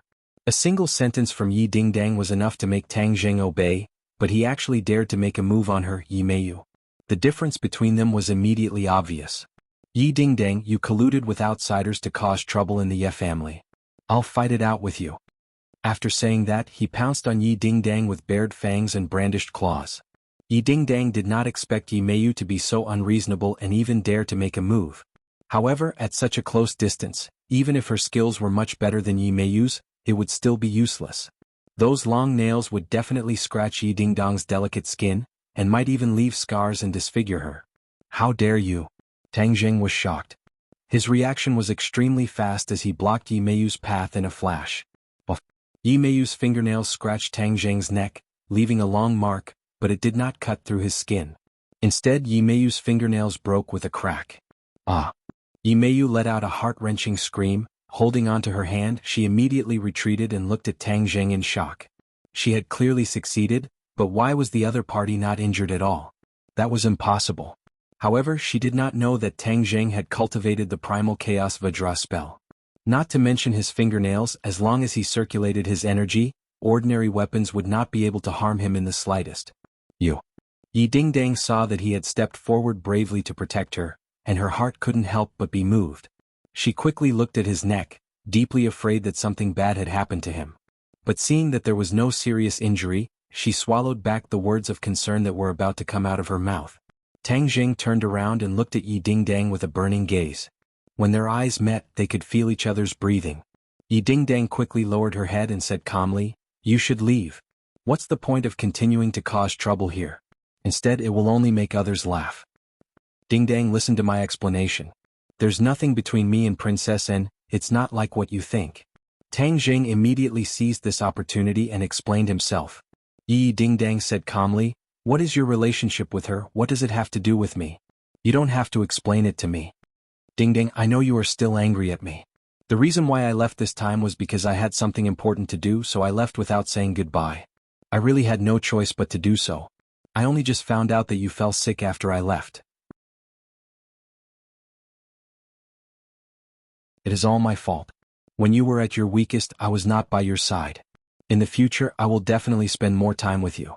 Yi Dingdang's eyes showed some fluctuations, but her face didn't change in the slightest. She said, "I don't want to hear this. It's useless for you to say this to me. I also don't need you to accompany me.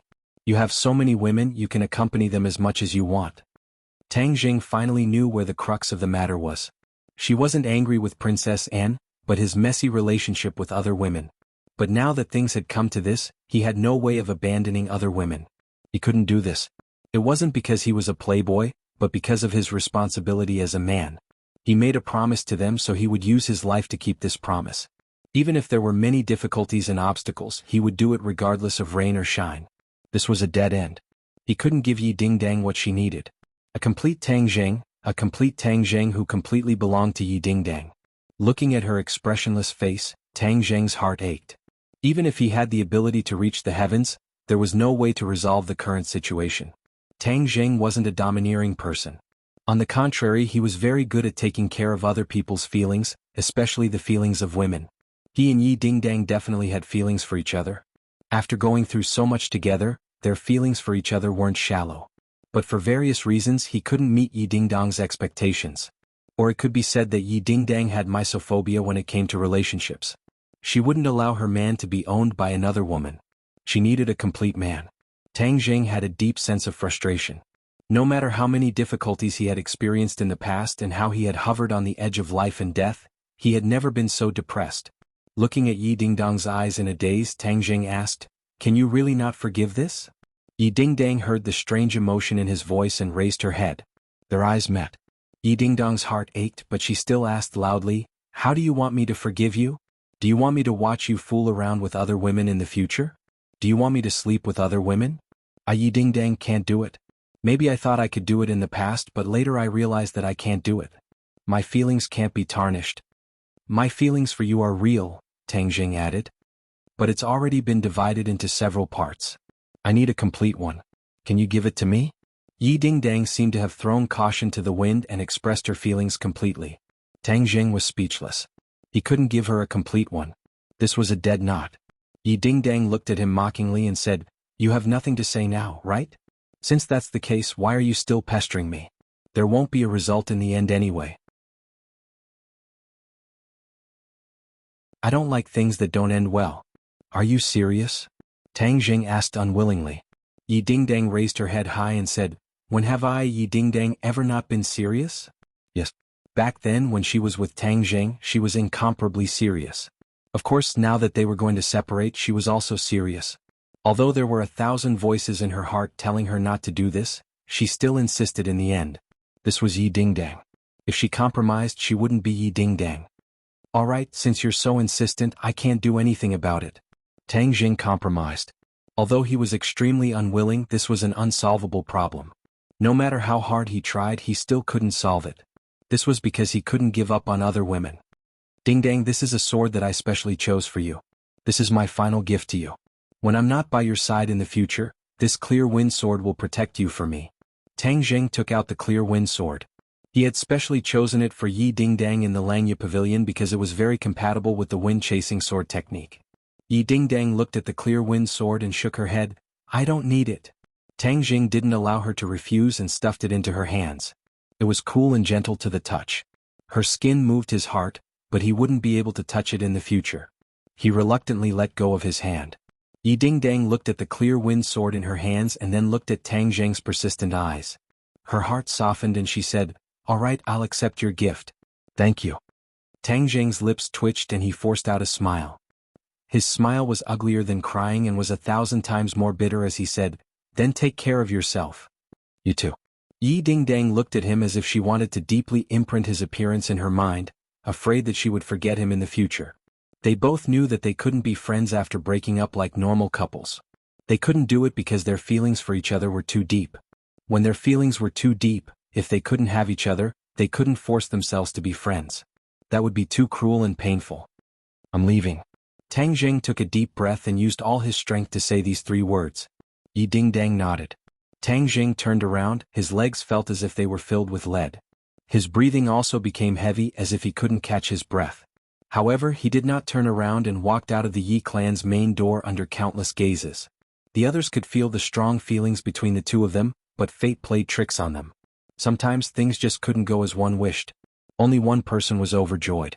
Yi Meiyu almost jumped up in joy and laughed out loud. Yi Dingdang and Tang Jing's relationship had always been valued by Yi Dingdang, and Yi Meiyu paled in comparison.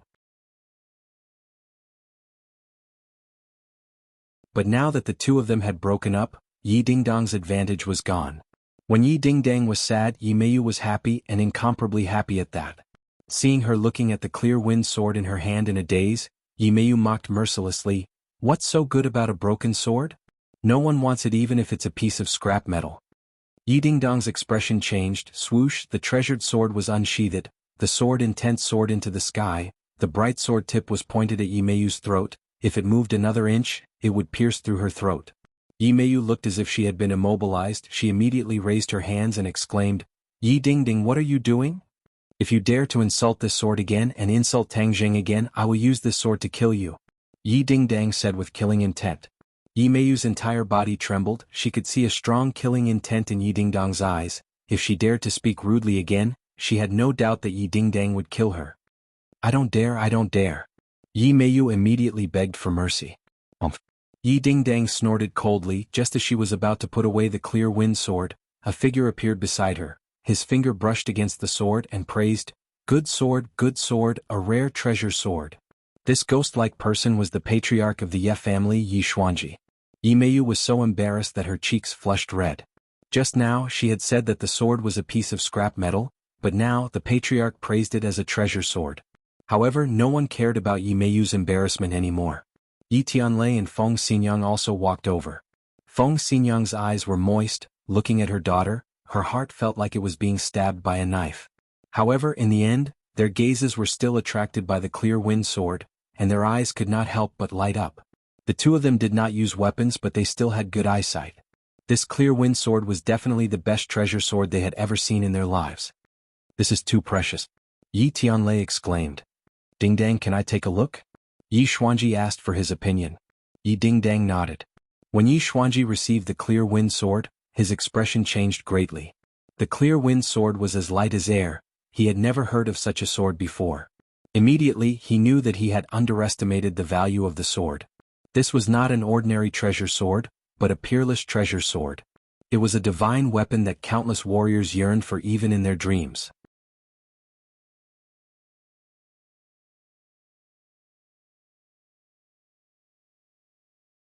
Chapter 7:18. Yi Xuanji stared blankly at the clear wind sword and asked, Dingdang, do you know where he got this sword from? Yi Dingdang was not in the mood at all as she shook her head.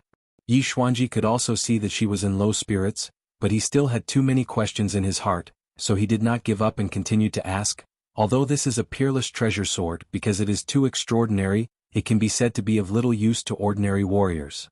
Oh, why is that? Yi Tianlei and Feng Xinyang curiously asked. Because it is too light. Normal martial arts cannot control this treasure sword. Yi Xuanji mysteriously said. Yi Tianlei and Feng Xinyang were suddenly enlightened.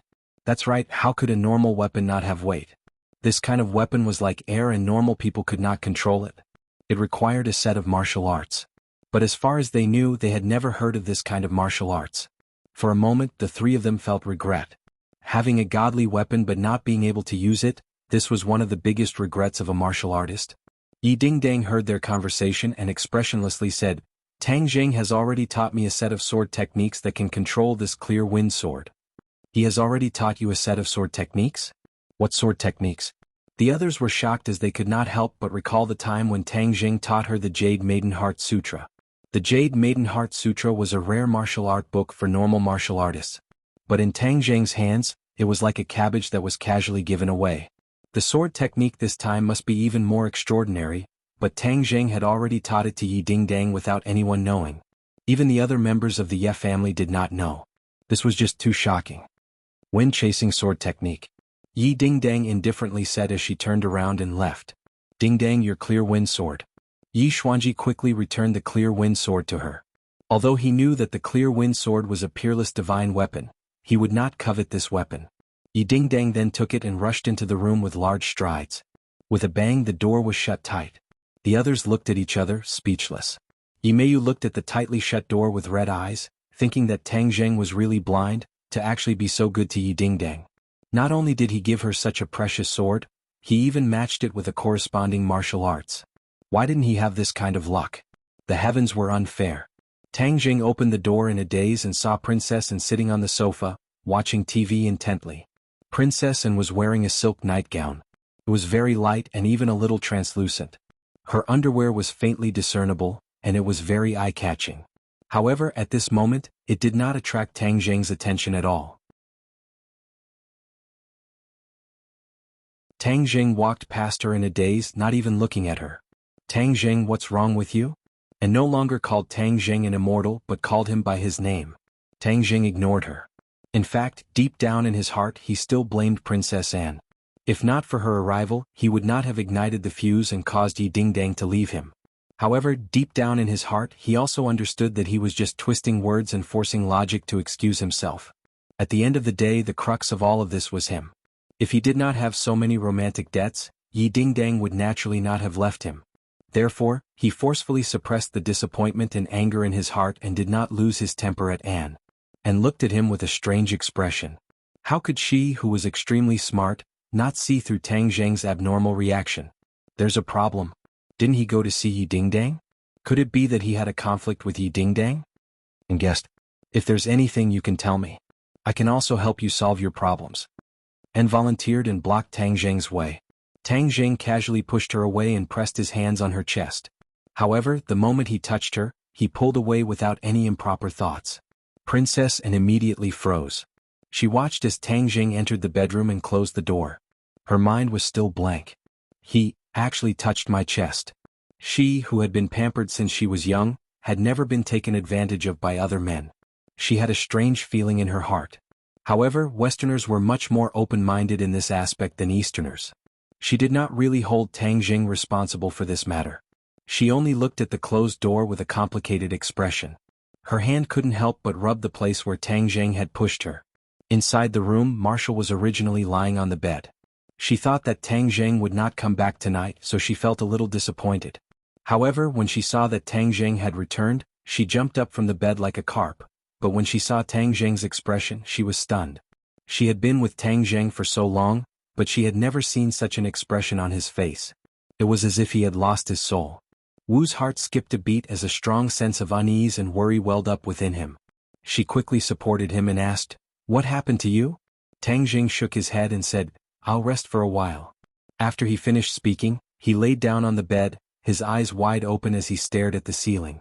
Wu was shocked and quickly touched his forehead. He didn't have a fever, but his dark and lifeless eyes made her feel confused. "Tang Jing, just what happened?" She snuggled up to the bed and stared at him as she asked. Tang Jing stared at the ceiling, his eyes gradually turning red. The emotions that he had accumulated all the way finally exploded as he said involuntarily, "Ding Dang and I have broken up." Wu was so shocked by this news that she sucked in a breath of cold air, her entire body trembling. She was very clear about the inextricable entanglement between Tang Zheng and Yi Dingdang. One had to know that when Wu first met Tang Zheng, Yi Dingdang was by his side and was even being chased by Wu together. Therefore the two of them shared life and death. This friendship was something that ordinary people would find difficult to achieve. In fact, Wu had to admit that his position in Tang Zheng's eyes was definitely not as high as Yi Dingdang's. However, the two of them had actually broken up. This was no different from a bolt from the blue. What? Why is she so stupid? Wu asked in disbelief. She really wanted to reach the position that Yi Dingdang had in Tang Zheng's eyes, but that was not something that could be achieved in a short period of time. She did not expect that Yi Dingdang would have such a great advantage, but would voluntarily withdraw. It's not that she's stupid, it's that I'm a bastard. I'm too greedy. Tang Jing muttered. He was indeed greedy. He couldn't bear to let go of any woman beside him unless they took the initiative to leave him like Yi Dingdang. Then there was nothing he could do. Of course, after he urged her to stay, he wouldn't pester her. That wasn't his style. Everyone had their own choices. Even though he was extremely reluctant, he still respected the other party's choice. Wu blinked and roughly guessed what was going on. However, he still asked, "You're so good, how could she bear to leave you?" Everyone has their own principles and perseverance. It's different. Tang Jing shook his head and said absent-mindedly. Looking at his pained expression, Wu did not gloat. She had lost another competitor. Instead, she felt heart-wrenching pain. Because if Tang Jing was in pain, she would be in 100 times more pain than him. She couldn't help but hug Tang Jing into her embrace, allowing his head to lean against her full chest. She gently stroked his head and said, "I won't leave you. I'll never leave you." This was a decision she had made a long time ago. At this moment she couldn't help but say it out loud. It was extremely natural and there wasn't the slightest bit of inconsistency. Tang Jing's heart moved. He raised his head, looked at her beautiful face and asked, "Really?" Wu nodded heavily without hesitation. "Absolutely." Tang Jing squeezed out a smile, closed his eyes and fell asleep. During this period of time he was simply too tired. His nerves were highly concentrated and his body and mind were exhausted. After experiencing the unforeseen event with Yi Dingdang, his body and mind were even more exhausted. He couldn't help but fall asleep in Wu's embrace. Wu's embrace was very warm and soft, giving him an unprecedented sense of peace. Wu was slightly startled. Looking at him sleeping soundly like a mischievous boy, the corner of his mouth couldn't help but reveal a smile. He hugged him even tighter, pressed his face against his face and smelled the scent of his body. His heart was exceptionally satisfied. Early in the morning, the first ray of sunlight shone in through the window. Tang Jing opened his eyes in a daze. Why is it so soft? He rolled his eyes and discovered that he was actually lying in Wu's embrace. His head was resting on her chest, and that beautiful hemisphere had been pressed to the point of being deformed. He suddenly realized what had happened last night. He had actually fallen asleep just like that. She had hugged him all night. He slightly got up, wanting to crawl out of her embrace but heard a groan. Wu Yuyu woke up and when she saw Tang Jing on her chest, her face immediately flushed red. She looked flustered and stammered, "You're awake?" Tang Jing squeezed out a smile and said, "Yes, I'm awake." After saying that, he quickly got up from her body. "Thank you for last night. You should have woken me up. You must be exhausted after sitting like this for an entire night." "I'm fine. Seeing how tired you are, I can't bear to wake you up." Wu Ho did not finish her sentence. In fact, she also enjoyed the feeling of Tang Jing lying in her embrace. If the two of them could lie together like this for the rest of their lives, it would be a great blessing. "Last night Wu said hesitantly. Tang Jing waved his hand and said, "Everything is in the past. A new day, a new beginning." Obviously, after a night of adjustment, Tang Jing's emotions had recovered by 70 to 80%. As a man, he would not be so wishy-washy as to immerse himself in pain. That was not his style. No one who was decisive enough to kill would do that. "I'm going to class today. You can arrange your own time." Wu nodded in agreement. Opening the door and walking out, Princess and immediately stared at the two of them with a thought-provoking gaze. Last night, the two of them had actually slept in the same room. She did not need to waste her brain cells to guess what had happened. In fact, in the middle of the night she really wanted to listen to the corner of the wall. However, she had renovated the room and the soundproofing effect was too good. She could not hear anything. Looking at Wu's exhausted appearance, Princess and understood tacitly. She thought that the two of them must have tossed and turned for the entire night. Her eyes subconsciously looked towards Tang Zheng's lower body.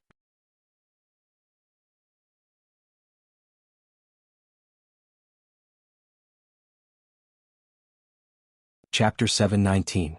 Princess and did not have the chance to gossip about what Tang Zheng and Marshall did last night because Tang Zheng directly left after washing up. Princess and immediately chased after him but found that he had already disappeared. She could only fiercely stomp her feet to vent the dissatisfaction in her heart. Early in the morning, Tang Zheng returned to room 502. His roommates were still sleeping soundly. When they saw Tang Zheng, they all jumped out of bed as if they had seen a ghost. They circled around him a few times and said, "Old three, this time you disappeared for so long. Are you all right?" Tang Zheng gave a knowing smile and shook his head saying he was fine. "TSK, old three, this time you played too big. Yi Ding Dang is very angry with you. You have to think of a way to calm her down." Tang Zheng's expression darkened and said, "I broke up with her." Broke up? The three of them were all shocked as if they had seen a ghost. They looked at him in disbelief and said, "Old three, you can't be serious, right?" "It's true," Tang Zheng said solemnly. The three of them looked at each other in dismay. They had always thought that Tang Zheng and Yi Ding Dang would walk together in the end. Yi Ding Dang's valiant and heroic appearance was not something an ordinary person could handle. But they never thought that fate would make a fool of them and the two of them would break up. The three of them secretly sighed and patted Tang Zheng's shoulder. They said with a heavy tone, "Old three, a real man does not have to worry about not having a wife. Even if you give up this big tree, there is still a forest." Tang Zheng did not want to continue this topic and asked, "Did anything happen in school recently?" "Oh, there is one thing. Professor Qi Shaoan has resumed teaching." Tang Zheng nodded his head as this was expected. Back then, with the help of Princess and Qi Shaoan was exposed so that the villains behind him could no longer plot against him. Professor Qi naturally recovered his position and work. The other things are not big, but the island nation next door has an earth-shattering event. "Do you know?" Tang Zheng nodded calmly. "Serves him right. I wonder which ferocious person is so powerful.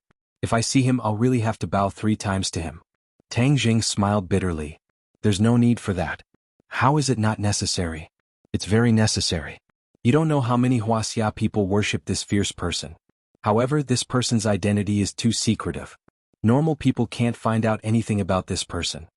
The three of them said regretfully. Tang Zheng shook his head and smiled bitterly. He didn't expect that his impulsive actions would win him so many fans even though the country was in a passive position. That person might have just done it casually. He didn't think too much about it at that time, Tang Zheng said casually. "Third brother, this is something you don't know. This kind of brave warrior naturally plans before taking action. How could he not think of so many things? It's just that the various governments are definitely investigating this person's identity. If it's exposed, it will definitely be dangerous. What's there to be afraid of if there's danger? That hero is so powerful, who in this world can hurt him? Yes, he's number 1 in the world, invincible in the world." The three of them were impassioned, cheering for this idol they had never met. Looking at this scene, Tang Zheng laughed strangely. In the end, his laughter grew louder and louder. The three of them looked at Tang Zheng strangely and said, "Third brother, although we said that hero is the best in the world, you're not bad either. We definitely don't mean to belittle you." "Yes, absolutely not. You're our good brother. You're different from that hero." The others echoed. Tang Zheng clutched his stomach and laughed until he couldn't straighten his back. He looked at the three of them strangely and asked, "Do you really want to see that person?" "Of course, I want to see him even in my dreams." The three of them nodded like they were pounding garlic. Suddenly Zhou Yan had an idea. "Third brother, we know that you know a lot of strange people. Could it be that you know this hero?" In an instant, the other two also looked at Tang Zheng with eyes full of anticipation. Tang Zheng pretended to smile mysteriously and said, "Is this person really that important to you?" "Of course, my idol. I didn't chase after stars before, but ever since I saw his feats, he's my idol." Sinosaurus patted his hard chest and said solemnly, "All right, then I'll reveal the mystery. Your idol is far away in the horizon but right in front of you." Tang Zheng raised his hands and said to himself, "Is my idol here? Where is he?" The three of them looked at each other in dismay and swept their eyes around, trying to find traces of their idol. Tang Jing didn't know whether to laugh or cry. He pointed to himself and said, "Isn't the one standing in front of you me? It's you." The three of them didn't understand for a moment, but as soon as they finished speaking, the three of them opened their eyes wide and stared straight at Tang Jing. As if they had just woken up from a dream, they said, "Third brother, you're saying that our idol is you? You're that fierce person?" Tang Jing smiled and nodded his head in acknowledgement. This was not something he did on a whim. A long time ago he had the thought of helping his roommates become cultivators. However, at that time the cultivators were weak and were being chased by the martial sect. If he let them become cultivators, it would be like pushing them into a fire pit. Of course, Tang Jing couldn't do such a thing to his friend, so this plan was put on hold. He specially refined a type of elixir, the energy cultivation pill, and let his roommates eat it as snacks. Unknowingly, the three roommates' bodies had undergone earth-shattering changes, but they were completely unaware of it. The energy cultivation pill could cleanse one's marrow and improve one's physique, making the body more suitable for cultivation. The three of them were completely unaware that they had received such a huge benefit. They just kept glaring at Tang Jing. Tang Jing smiled at the three of them. Finally, the three of them confirmed that Tang Jing was not joking. Moreover, Tang Jing rarely joked. His idol was actually his roommate, Lao San. "Damn, Lao San, you disappeared for no reason this time because you went to the island nation," Sinosaurus exclaimed as he punched Tang Jing's chest. The other two woke up from their stupor and said, "Lao San, you're awesome. We always knew that you were very powerful, but we never thought that you would be this powerful." "Idol, so Lao San is an idol. Come, everyone must hug one together. I dream of hugging an idol." The four of them hugged each other. Tang Jing didn't know whether to laugh or cry as he looked at the three of them.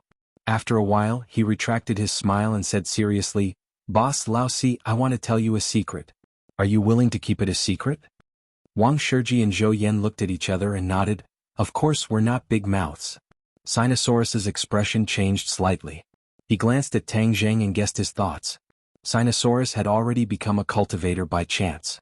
Now, if the other two brothers could also become cultivators, then the four of them would roam the world together in the future. How exciting would that be? Just thinking about it made him so excited that he couldn't sleep. This is a very big secret. I didn't tell you before because I was afraid that you would be in danger, but now that things are different, the situation has changed drastically, telling you might not be a bad thing. Moreover, all the decisions are in your hands. I will respect your choice," Tang Jing said seriously. Seeing Tang Jing being so serious, Zhou Wang and Wang Shiji's expressions gradually became serious as they listened attentively to Tang Jing's explanation. There are three types of people in this world. One is an ordinary person and the other is a martial artist. You are relatively familiar with these two types of people, but there is a third type of person that you have never heard of. What is the third type of person? The two of them asked curiously at the same time. Cultivator. Tang Jing said resolutely, cultivators are very different from the first two types of people. When their strength is cultivated to the extreme, they can move mountains and overturn seas. A single person can resist thousands of soldiers and horses. In short, this kind of person's strength seems to have no upper limit. It is completely beyond the imagination of ordinary people. The two of them were dumbstruck. This information had completely overturned their previous understanding. Zhou Yan had an idea. He stared at Tang Jing and asked, "Lao San, then you are a cultivator?" Tang Jing nodded truthfully. "Not only am I a cultivator, Lao Air has also been a cultivator for a long time." Lao Air? Their gazes immediately locked onto the tall Sinosaurus. Sinosaurus scratched his head in embarrassment and said, "Lao San and Lao Si, don't be angry. We didn't tell you the truth this time because we had no choice. Moreover, I only became a cultivator at the beginning of this semester. All of this is thanks to Lao San, otherwise I would have lost my life long ago." F***CK, doesn't that mean that we have two cultivators in our dorm? Of course. Tang Jing nodded and added, "Furthermore, how many cultivators we have in our dorm in the future will depend on your attitudes." The two of them were not idiots. They immediately realized the crux of the matter and quickly asked, "You mean that the two of us can also become cultivators like you, and have the ability to move mountains and fill seas? I have already made preparations for you. Do you still remember the pills I gave you before? That is the Peiyuan Dan, it has already transformed your bodies. In the future your cultivation will be twice as fast with half the effort," Tang Jing explained. Peiyuan Dan? Not only Wang Zhou and Zhou Yen, even Sinosaurus had a face full of surprise as he exclaimed, "The little bean-like thing you gave us before was actually a pill to help us improve our physique. You're being too good to us. We're all brothers, so this is what we should do. Lao San Lao Si, then discuss it and see if you're willing to become a cultivator?" Zhou Yen asked, "Are you saying that we can gallop around the world like you in the future?" "Of course. But why did you tell us before? What exactly happened to the situation?" "It's hard to explain in a few words. But one thing is certain, the world of the past will never return. Cultivators will quickly rise in this world and have a place for themselves," Tang Jing said resolutely. Although he was not willing to bring back the cultivators of the sky beyond heaven, it did not mean that he did not welcome other cultivators. If the other party was a native cultivator of this world, then he would definitely welcome them with open arms.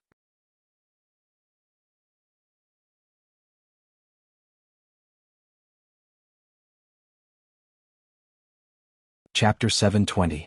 In the face of such a good thing, Zhou Yen and Wang Shiji agreed without any hesitation. Every man yearned to become stronger from the bottom of his heart and had a dream of becoming a hero. Now that the opportunity was right in front of him, wouldn't he be a fool if he didn't seize it immediately?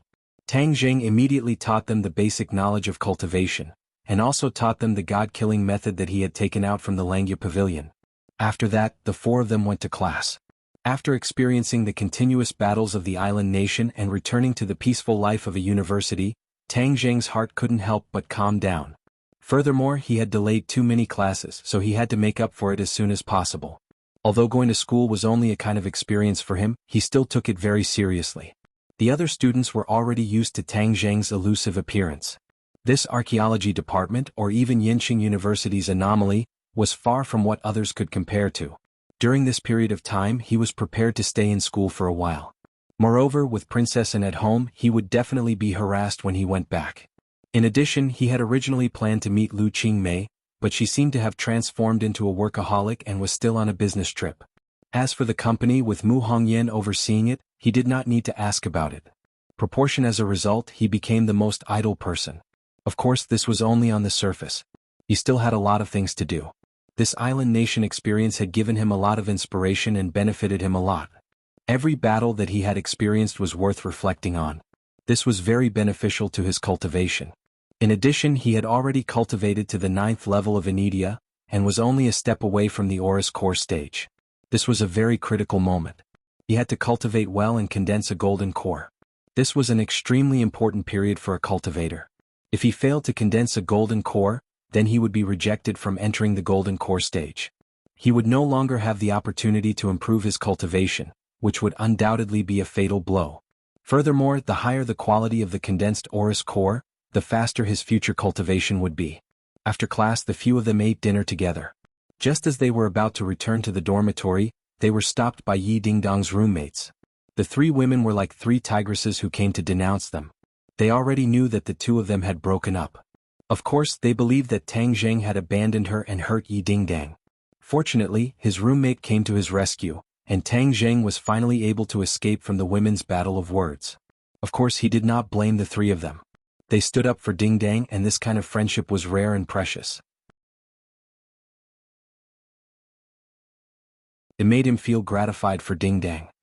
He walked around the campus aimlessly, looking at the lush trees and the various teaching buildings hidden under the big trees. He realized that he had not seriously strolled around the campus, and the school was so unfamiliar to him. Thus, he strolled around the campus alone, like a lonely traveler, blending into the beautiful scenery of the campus. Unknowingly, he arrived in front of an office building. He suddenly remembered that Professor Qi Shaowen's office was inside, so he walked in. When he opened the door, he found that the room was full of documents. Professor Qi was buried in all kinds of documents, and his thin body was almost buried by the documents. He flipped through all kinds of documents as if there was no one around. His expression was sometimes excited, sometimes depressed like a madman. Tang Jing was shocked. Didn't Professor Qi already return to work? How did he become like this? He looked even more down and out than before. Professor Qi. Tang Jing called out softly. Professor Qi did not raise his head and said, "You're a delivery man, right? Put the food on the table.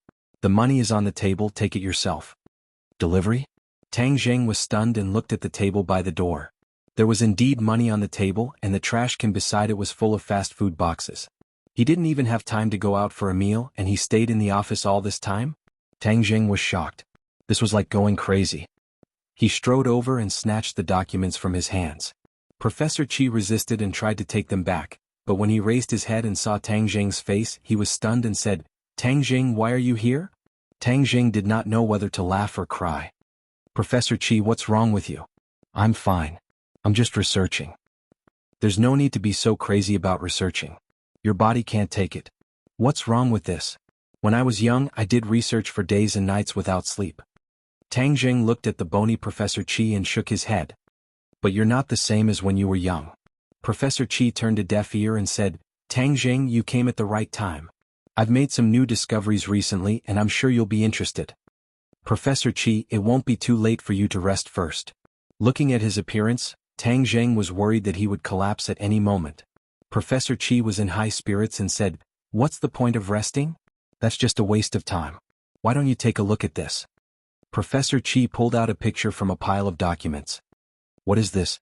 Tang Jing took it and looked at it. It was a bronze mask and he felt a sense of déjà vu. He suddenly slapped his head as he finally remembered where this feeling came from.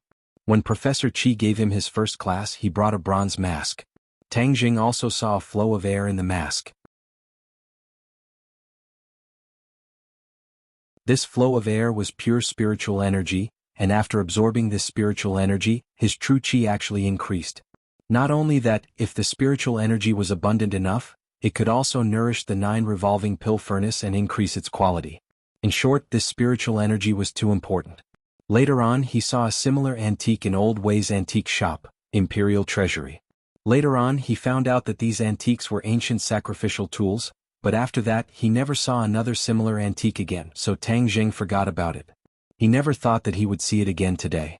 Moreover, it was clear that the bronze mask in this picture was different from the one he saw before. Seeing Tang Jing's expression change, Professor Qi proudly said, "Haha, I knew you'd be interested." "Professor Qi, did you find this kind of mask again?" Tang Jing curiously asked. Professor Qi nodded, "Of course. Actually, this is a big surprise." "Oh, why do you say that?" Tang Jing was also interested. One day, someone went to Old Way's Imperial Treasury to sell antiques, and one of the items was this mask. Old Way remembered that you liked this kind of thing, so he bought it on the spot.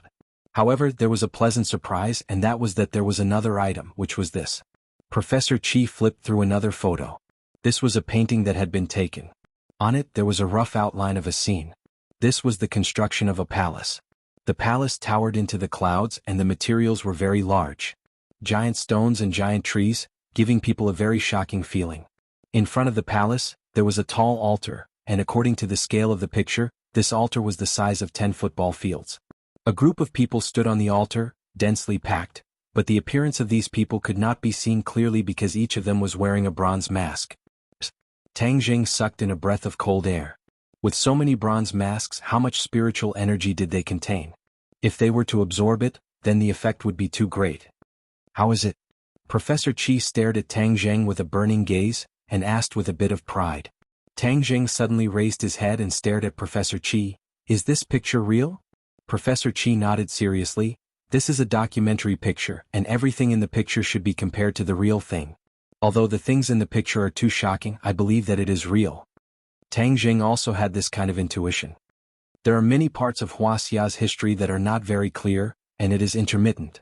Especially the ancient era, it is basically blank, and many of them are filled in by myths, as if someone is deliberately hiding the history of the ancient era. However, that period of history is often very fascinating to historians, but there has been no strong evidence to prove or study that period of history.